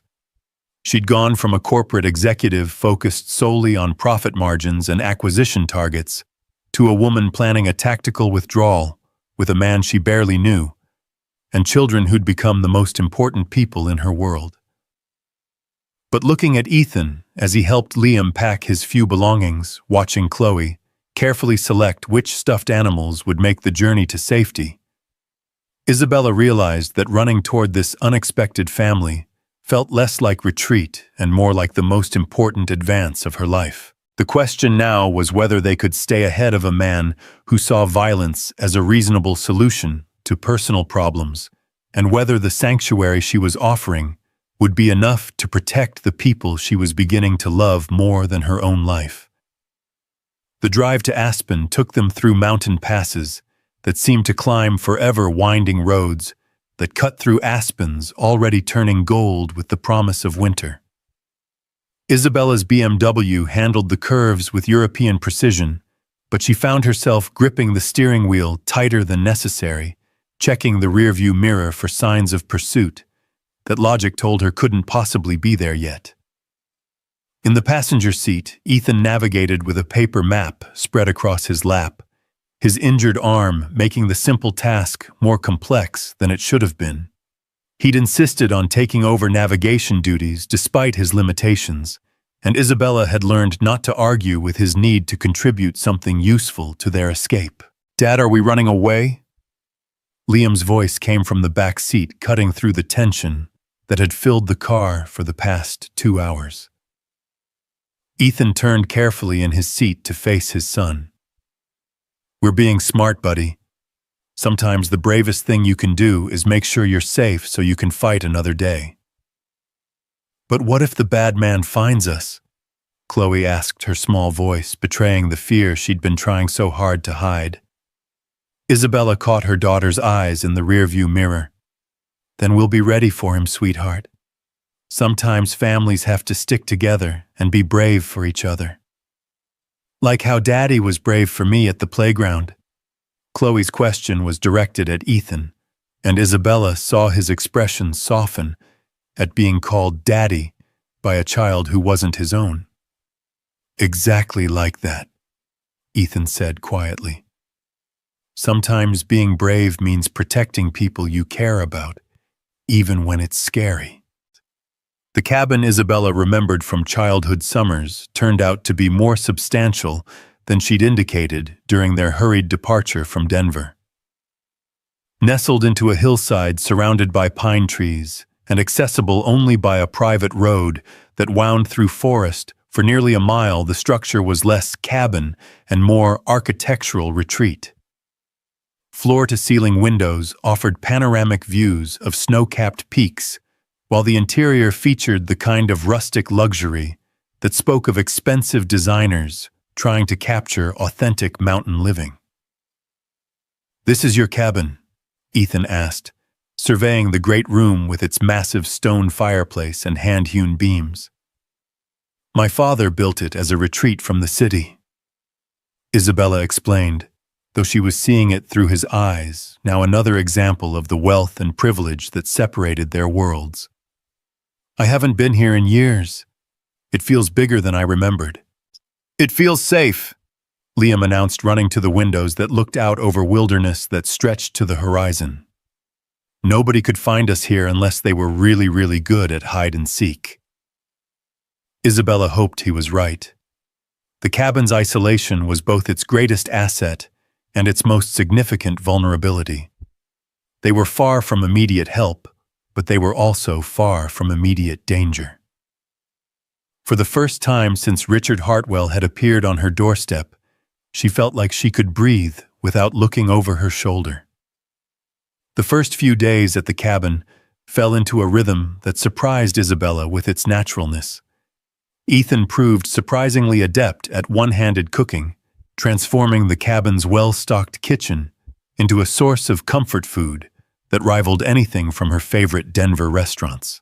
The children explored the surrounding forest with the fearless enthusiasm of young adventurers always staying within sight of the cabin, but treating their temporary exile like an extended camping trip.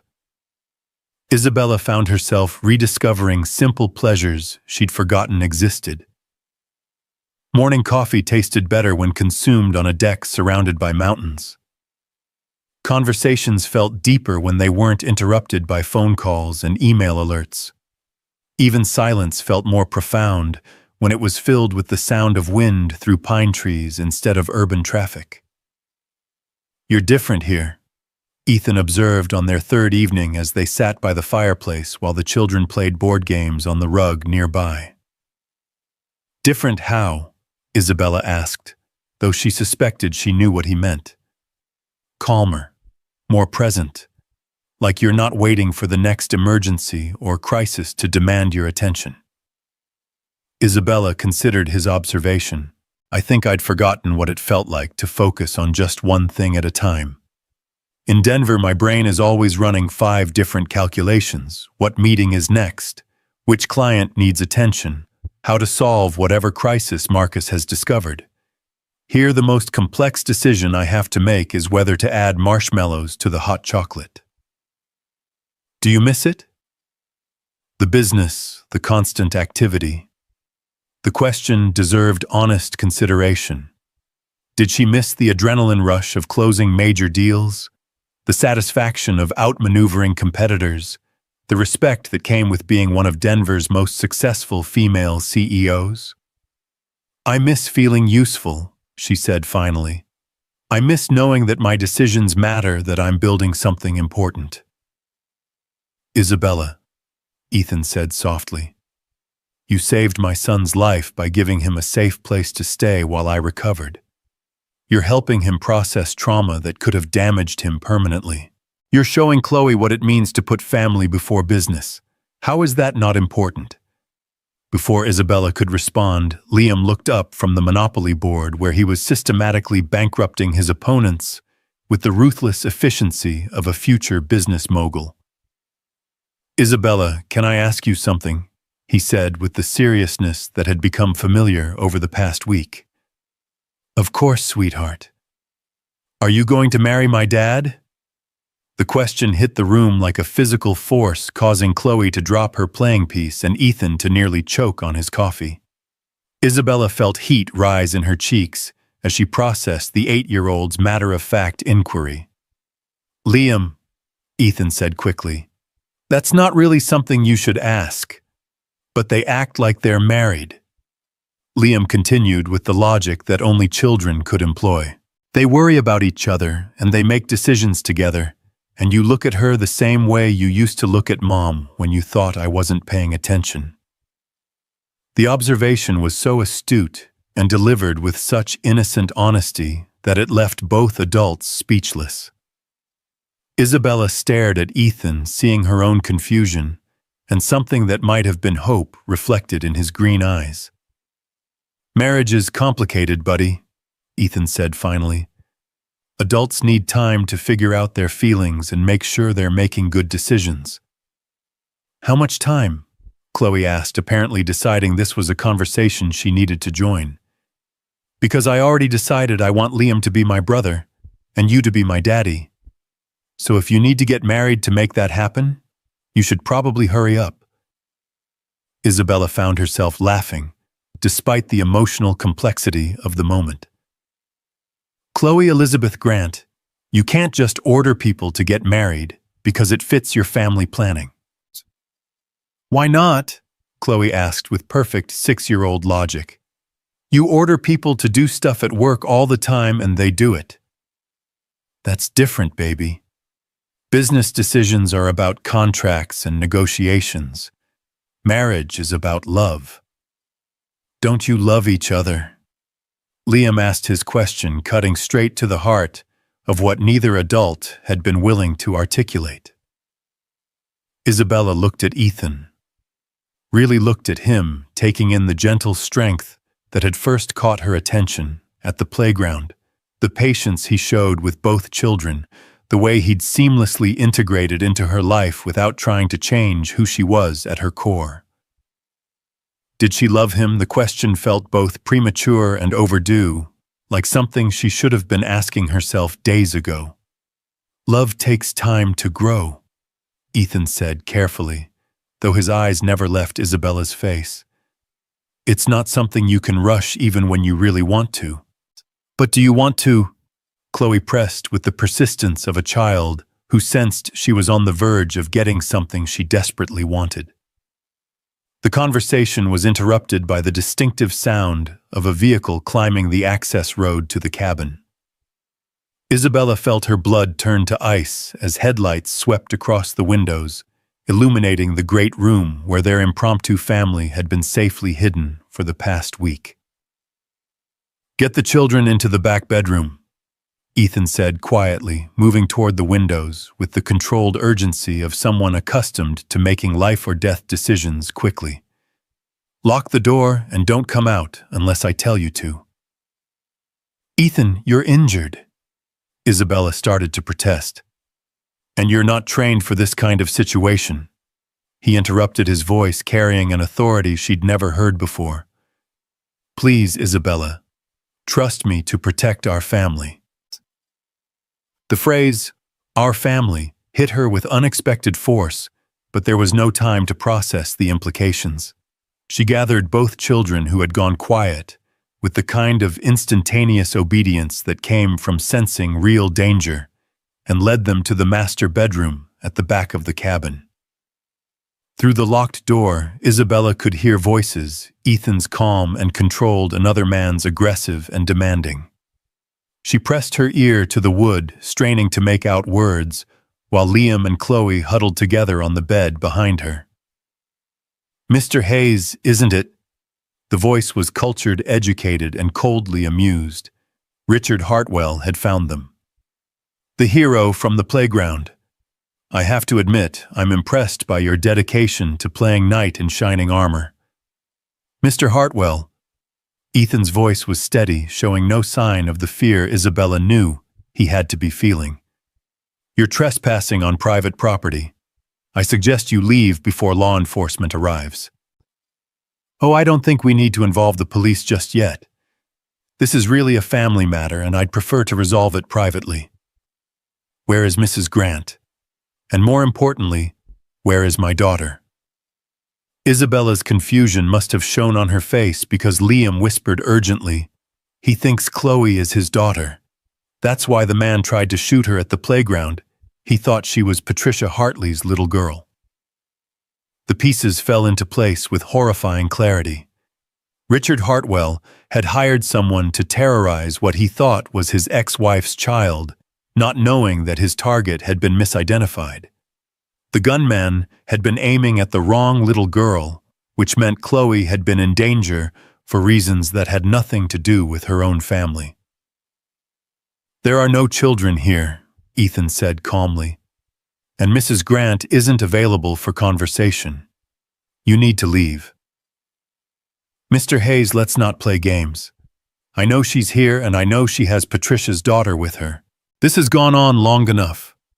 That little girl belongs with her father, not with strangers who've inserted themselves into a situation they don't understand." Isabella realized with growing horror that Richard Hartwell's delusion went deeper than simple mistaken identity. He genuinely believed that Chloe was his daughter, that Isabella was somehow connected to his ex-wife's family. The psychological break from reality made him infinitely more dangerous than a merely vengeful ex-husband. "Mr. Hartwell," Ethan said, his voice taking on the patient tone he used when explaining difficult concepts to children. "I think there's been a misunderstanding. The little girl you're looking for isn't here. Mrs. Grant's daughter was never involved in your family situation." "Don't lie to me!" The explosion of rage was audible even through the bedroom door. "I've been watching Mr. Hayes. I've seen them together. Patricia thinks she can hide behind lawyers and restraining orders, but I know my daughter when I see her. She has my eyes, my smile. She belongs with me." Isabella felt sick as she realized the depth of Richard's psychological instability. He wasn't just dangerous, he was delusional, creating connections and relationships that existed only in his fractured mind. No amount of reasoning would convince him that he was wrong about Chloe's identity. "Isabella?" Chloe whispered, tugging on her mother's sleeve. "Why does that man think I'm his little girl? I'm your little girl." "You are," Isabella whispered back fiercely. "You absolutely are, and nobody is going to change that." But even as she spoke the words, Isabella was running calculations in her mind. How had Richard found them? How many people knew about the cabin's location? Most importantly, how were they going to get out of this situation with everyone safe? The conversation in the main room was escalating. Richard's voice growing louder and more agitated, while Ethan maintained his calm, reasonable tone. Isabella could picture the scene, her injured protector facing down an armed and unstable man while she hid in a bedroom with two terrified children. "I'm calling 911, she whispered to Liam and Chloe, pulling out her phone only to discover that the cabin's remote location meant no cell signal. The landline was in the kitchen, which might as well have been on the moon for all the good it did them now. A crash from the main room made all three of them jump, followed by Richard's voice raised in fury. "Where are they, Hayes? I know they're here. Patricia can't hide forever, and neither can you." Isabella made a decision that went against every protective instinct she possessed, but felt like the only way to prevent the situation from escalating into violence. She unlocked the bedroom door and stepped into the hallway, leaving the children behind with strict instructions to stay hidden no matter what happened. The great room looked like a war zone. Furniture had been overturned, and Ethan was pressed against the stone fireplace, his injured arm clearly causing him significant pain as he tried to maintain a defensive position. Richard Hartwell stood in the center of the room, holding what looked like a hunting rifle with the casual confidence of someone who'd used weapons before. "Mrs. Grant," Richard said pleasantly, as if they were meeting at a social function instead of a hostage situation. "How lovely to see you again. I trust my daughter is well. I've been so worried about her since this unfortunate misunderstanding began." "Mr. Hartwell," Isabella said carefully, keeping her voice calm and non-threatening. I think we need to talk. There's been a terrible mistake, and I believe I can help clear it up. Oh, I doubt that very much. Patricia has been filling her head with lies about me for months, turning my own daughter against her father. But children adapt quickly when they're removed from toxic influences. Isabella felt ice form in her veins as she realized Richard's true intention. He didn't just want to see Chloe, he wanted to take her to remove what he believed was his daughter from what he perceived as a dangerous situation. The little girl you're looking for isn't here, Isabella said firmly. My daughter Chloe isn't Patricia Hartley's child. You've made a mistake. Don't insult my intelligence, Mrs. Grant. I've done my research. I know about your connection to Patricia's family, your involvement in our custody dispute. You think you can hide behind wealth and privilege? But a father's rights supersede everything else. The complete disconnect from reality was terrifying in its absoluteness.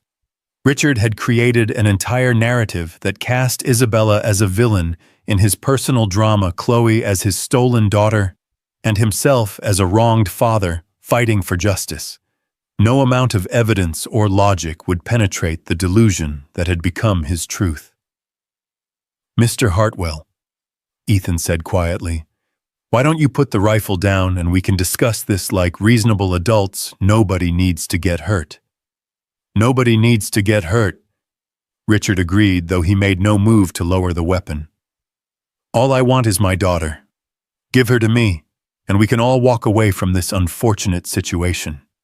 Isabella realized that any attempt to prove Chloe's true identity would require bringing her daughter into the room, putting her directly in the path of an armed and unstable man. The choice was impossible: maintain the deception and hope for rescue, or risk Chloe's safety to prove Richard's mistake. She's sleeping, Isabella said finally. The stress of the past few days has been hard on her. Surely you don't want to traumatize her further by waking her up to this discussion. Richard's expression softened slightly, revealing a glimpse of what might have been genuine paternal concern buried beneath layers of paranoia and rage. My poor baby. Patricia never could handle stress properly. She always put her own needs ahead of our daughter's emotional well-being. The twisted logic was heartbreaking in its sincerity. Whatever Richard Hartwell had once been, whatever normal relationship he might have had with his actual daughter, had been destroyed by mental illness and an inability to accept the loss of his family. Mr. Hartwell, Isabella said gently. When was the last time you actually saw your daughter? I mean, really saw her, spent time with her? It's been months, Richard admitted, his voice taking on a note of genuine pain. Patricia's lawyers convinced a judge that I was somehow dangerous to my own child. They took away my visitation rights, got a restraining order, turned my little girl against me with lies and manipulation. Isabella felt a flicker of sympathy for the man, despite the circumstances. Whatever crimes he'd committed, whatever laws he'd broken, at the core of his actions was a father's grief over losing access to his child. The tragedy was that his attempts to regain that access had made him genuinely dangerous to innocent people. I understand how much you must miss her, Isabella said carefully. But taking someone else's child won't bring your daughter back. It will only make things worse for everyone, including her. You don't understand, Richard said, his grip tightening on the rifle. Patricia has poisoned her mind against me. She needs time away from that toxic environment, time to remember how much her father loves her. Once we're somewhere safe, somewhere Patricia can't reach us, she'll remember who she really is. The plan was worse than Isabella had feared. Richard wasn't just delusional about Chloe's identity. He was planning to kidnap what he believed was his daughter and disappear. Even if they could eventually prove his mistake, the trauma of being taken by a stranger would damage Chloe permanently. A sound from the back of the cabin made everyone freeze. Footsteps in the hallway, small and hesitant. Despite Isabella's instructions to stay hidden, one or both of the children had decided to investigate. "Chloe, go back to the room," Isabella called urgently, but it was too late. Liam appeared in the hallway entrance, his young face set with determination that reminded Isabella powerfully of his father. "Let my dad and Isabella go," he said, with 8-year-old bravery that was both admirable and terrifying. "They're good people, and they haven't done anything wrong." Richard's attention shifted to Liam, confusion replacing anger as he processed the presence of a child who clearly didn't fit his narrative. "Who is this boy? Where is my daughter?" "I'm Liam Hayes," the boy said proudly. "Ethan is my dad, and Isabella and Chloe are my family now. We take care of each other." The simple declaration hit Isabella like a physical blow. Here was a child who'd lost his mother, nearly lost his father, and been uprooted from everything familiar. Yet he spoke of their makeshift family with complete confidence and love. "Liam," Ethan said urgently, "please go back to the bedroom. This isn't safe." "I'm not leaving you, Dad. Families stick together, remember?" Richard's confusion was deepening the careful structure of his delusion, beginning to crack as reality intruded in ways he couldn't ignore or explain away. "This boy, he's not part of the plan. Patricia never mentioned a boy." "Because there is no plan," Isabella said firmly, sensing an opportunity in his uncertainty. "Because Patricia Hartley isn't here, and neither is your daughter. You've made a terrible mistake, Mr. Hartwell, but it's not too late to fix it." "No," Richard said, but his voice lacked its earlier conviction. "No, I know what I saw. The little girl, she has my eyes." "Many children have brown eyes," Isabella said gently. "That doesn't make them yours. Your daughter is safe with her mother, Mr. Hartwell. She's not here, and she never was." The sound of approaching helicopters began as a distant whirring that grew steadily louder, accompanied by the growing rumble of vehicles climbing the access road.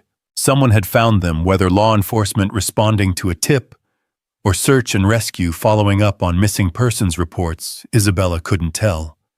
But help was coming, and they just needed to survive long enough for it to arrive.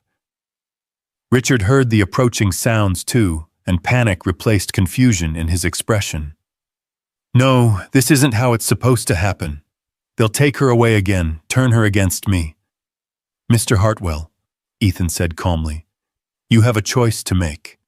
You can put down the rifle and walk away from this before anyone gets hurt, or you can make this situation worse than it already is. What do you think your daughter would want you to do?"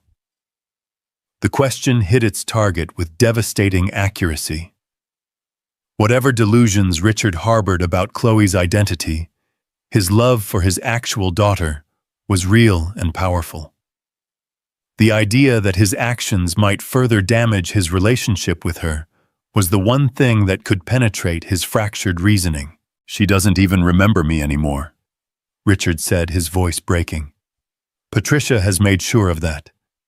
My own daughter doesn't remember how much her father loves her."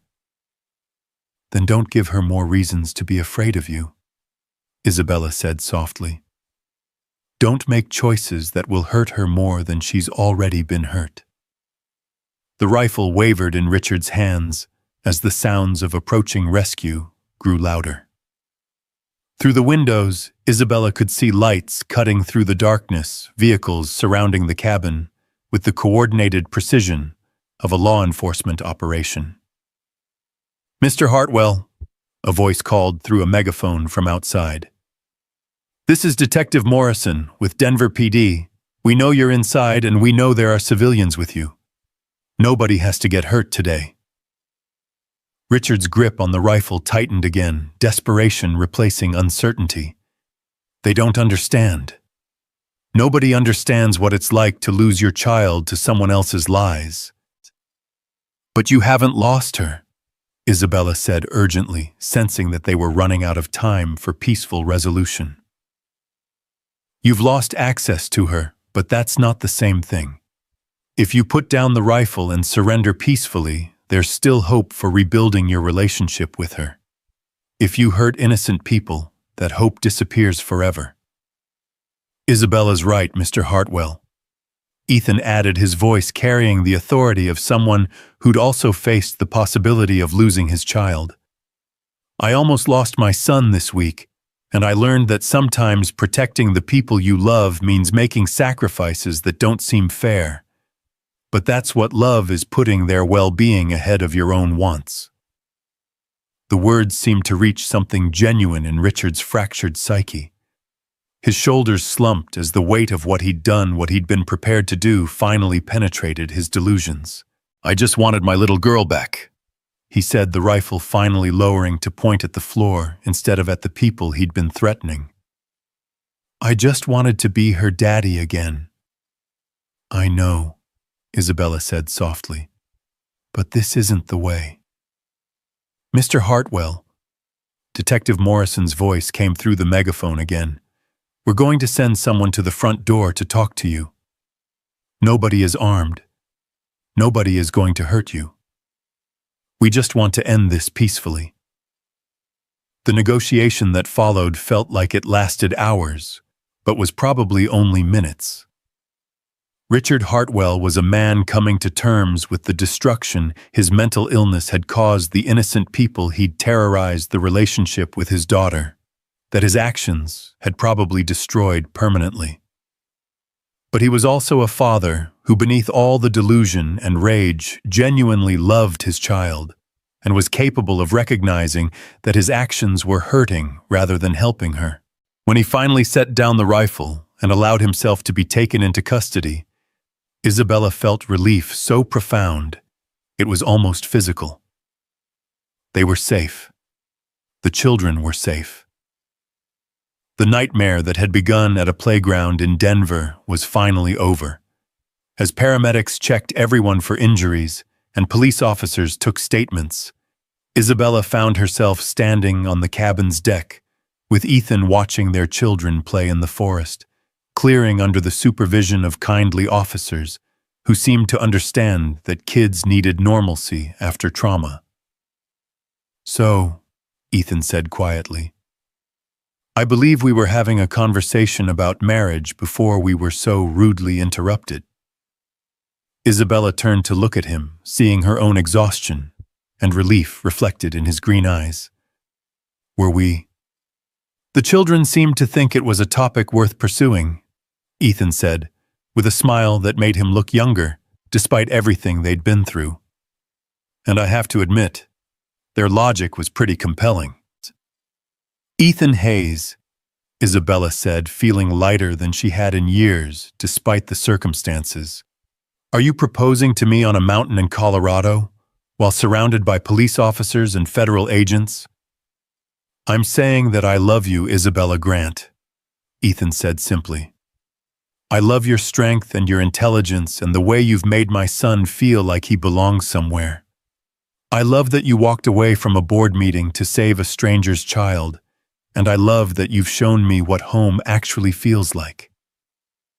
Isabella felt tears threaten for what seemed like the 100th time in a week that had redefined everything she thought she knew about herself. I love you too, she said, the words feeling both natural and revolutionary. I love your courage and your gentleness and the way you've taught me that the most important things in life can't be negotiated in boardrooms. So, is that a yes? Ethan asked, though his smile suggested he already knew the answer. That's a yes to everything, Isabella said, stepping into his uninjured arm and feeling like she was finally coming home. Yes to marriage, yes to family, yes to figuring out how to blend our lives into something beautiful and complicated and real. The kiss that followed was witnessed by two children who cheered loudly enough to attract the attention of every law enforcement officer within 50 yards, several of whom applauded, despite the professional nature of their presence. Does this mean we're really going to be a family? Chloe asked, running up to them with Liam close behind. The realest family there is, Isabella confirmed, gathering her daughter into the embrace while Ethan did the same with Liam.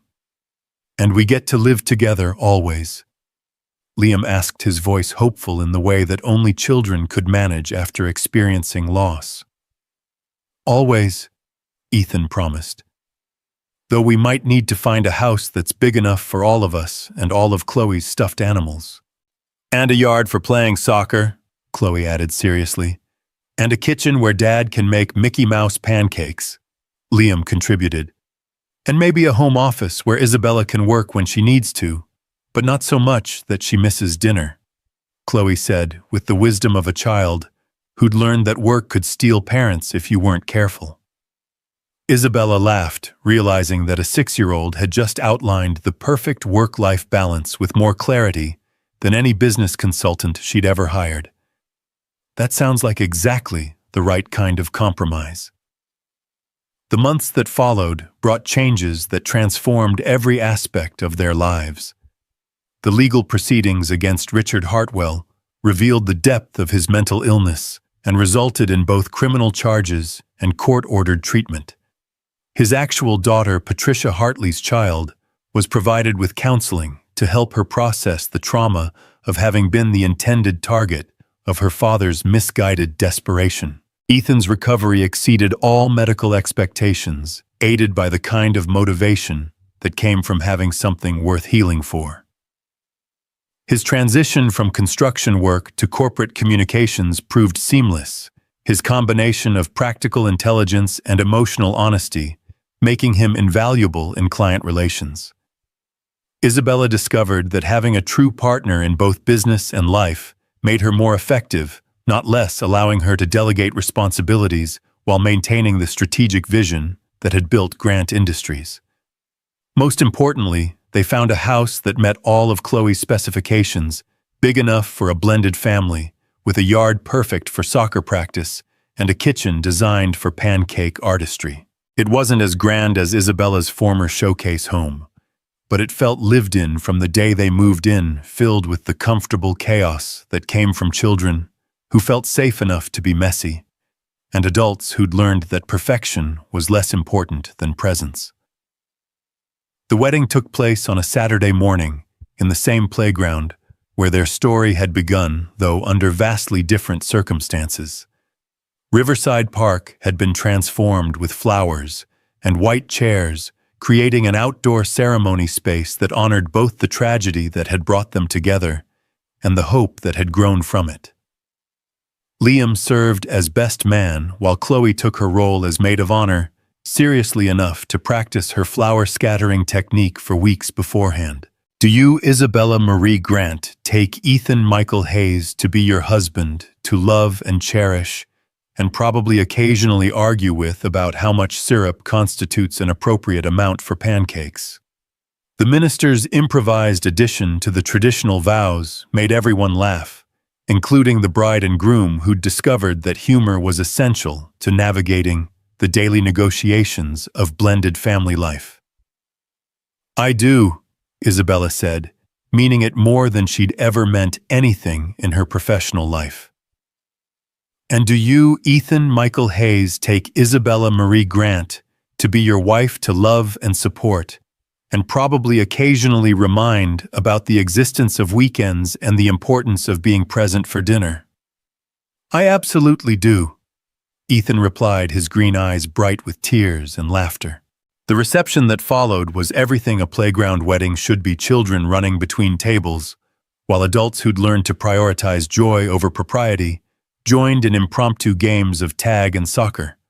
Marcus, who'd initially struggled with Isabella's new work-life balance, found himself enchanted by Liam's serious questions about business strategy and Chloe's conviction that all important meetings should include snacks. As the sun began to set over Denver, painting the sky in shades of pink and gold that rivaled any corporate art collection, Isabella and Ethan found themselves sitting on the same bench where she'd first seen him watching his son play soccer. The playground around them was filled with their wedding guests, their children, their friends and family, who'd come to celebrate a love story that had begun with an act of heroism and evolved into something deeper than either of them had thought possible. Any regrets? Ethan asked, his arm around her shoulders as they watched Liam teach Chloe a new soccer trick. Only that it took a gunman to make me realize what I was missing, Isabella said honestly. What about you? I regret that Sarah can't be here to see this, Ethan said quietly. She would have loved you, you know. She always said I needed someone who could match my stubbornness with her own. Isabella leaned into his warmth, understanding that loving Ethan meant loving the memory of the woman who'd shaped him into the man he'd become. I think she'd be proud of the family we've built. I think she'd be happy that Liam has a mother who loves him and a sister who adores him. I think you're right, Ethan agreed. And I think she'd be amazed that it all started with me running toward a gun instead of away from it. Best decision you ever made? Isabella asked, though she already knew the answer. Best decision we ever made, Ethan corrected, pulling her closer, as their children's laughter echoed across the playground where their love story had begun. All of us together. As darkness fell over Riverside Park, and their guests began to gather for the final toast, Isabella Grant Hayes reflected on the journey that had brought her to this moment. A year ago, she'd been a successful but lonely CEO who measured worth in quarterly profits and market share. Tonight, she was a wife and mother who understood that the most important acquisitions couldn't be bought through only built through courage, sacrifice, and the willingness to believe that families could be created as well as inherited. The toast, when it came, was simple and perfect, delivered by Liam with the seriousness he brought to all important occasions. To Dad and Isabella, he said, raising his glass of apple cider with ceremony. For showing us that sometimes the best things happen when you're brave enough to help someone you don't even know. And to families that choose each other instead of just getting stuck with each other. And to never ever letting bad guys win. As glasses clinked and voices joined in agreement, Isabella looked around at the faces of people who'd become precious to her, Marcus and his family. Dr. Martinez, who'd become a friend as well as Ethan's surgeon, Detective Morrison, who'd become an honorary uncle to both children, and dozens of others who'd been drawn into their orbit by the simple power of a love story that had transformed everyone it touched. But most of all, she looked at Ethan, whose green eyes held the promise of thousands of ordinary days, filled with extraordinary love, and at the children whose futures stretched ahead bright with possibility. They were living proof that heroism wasn't just about running toward danger.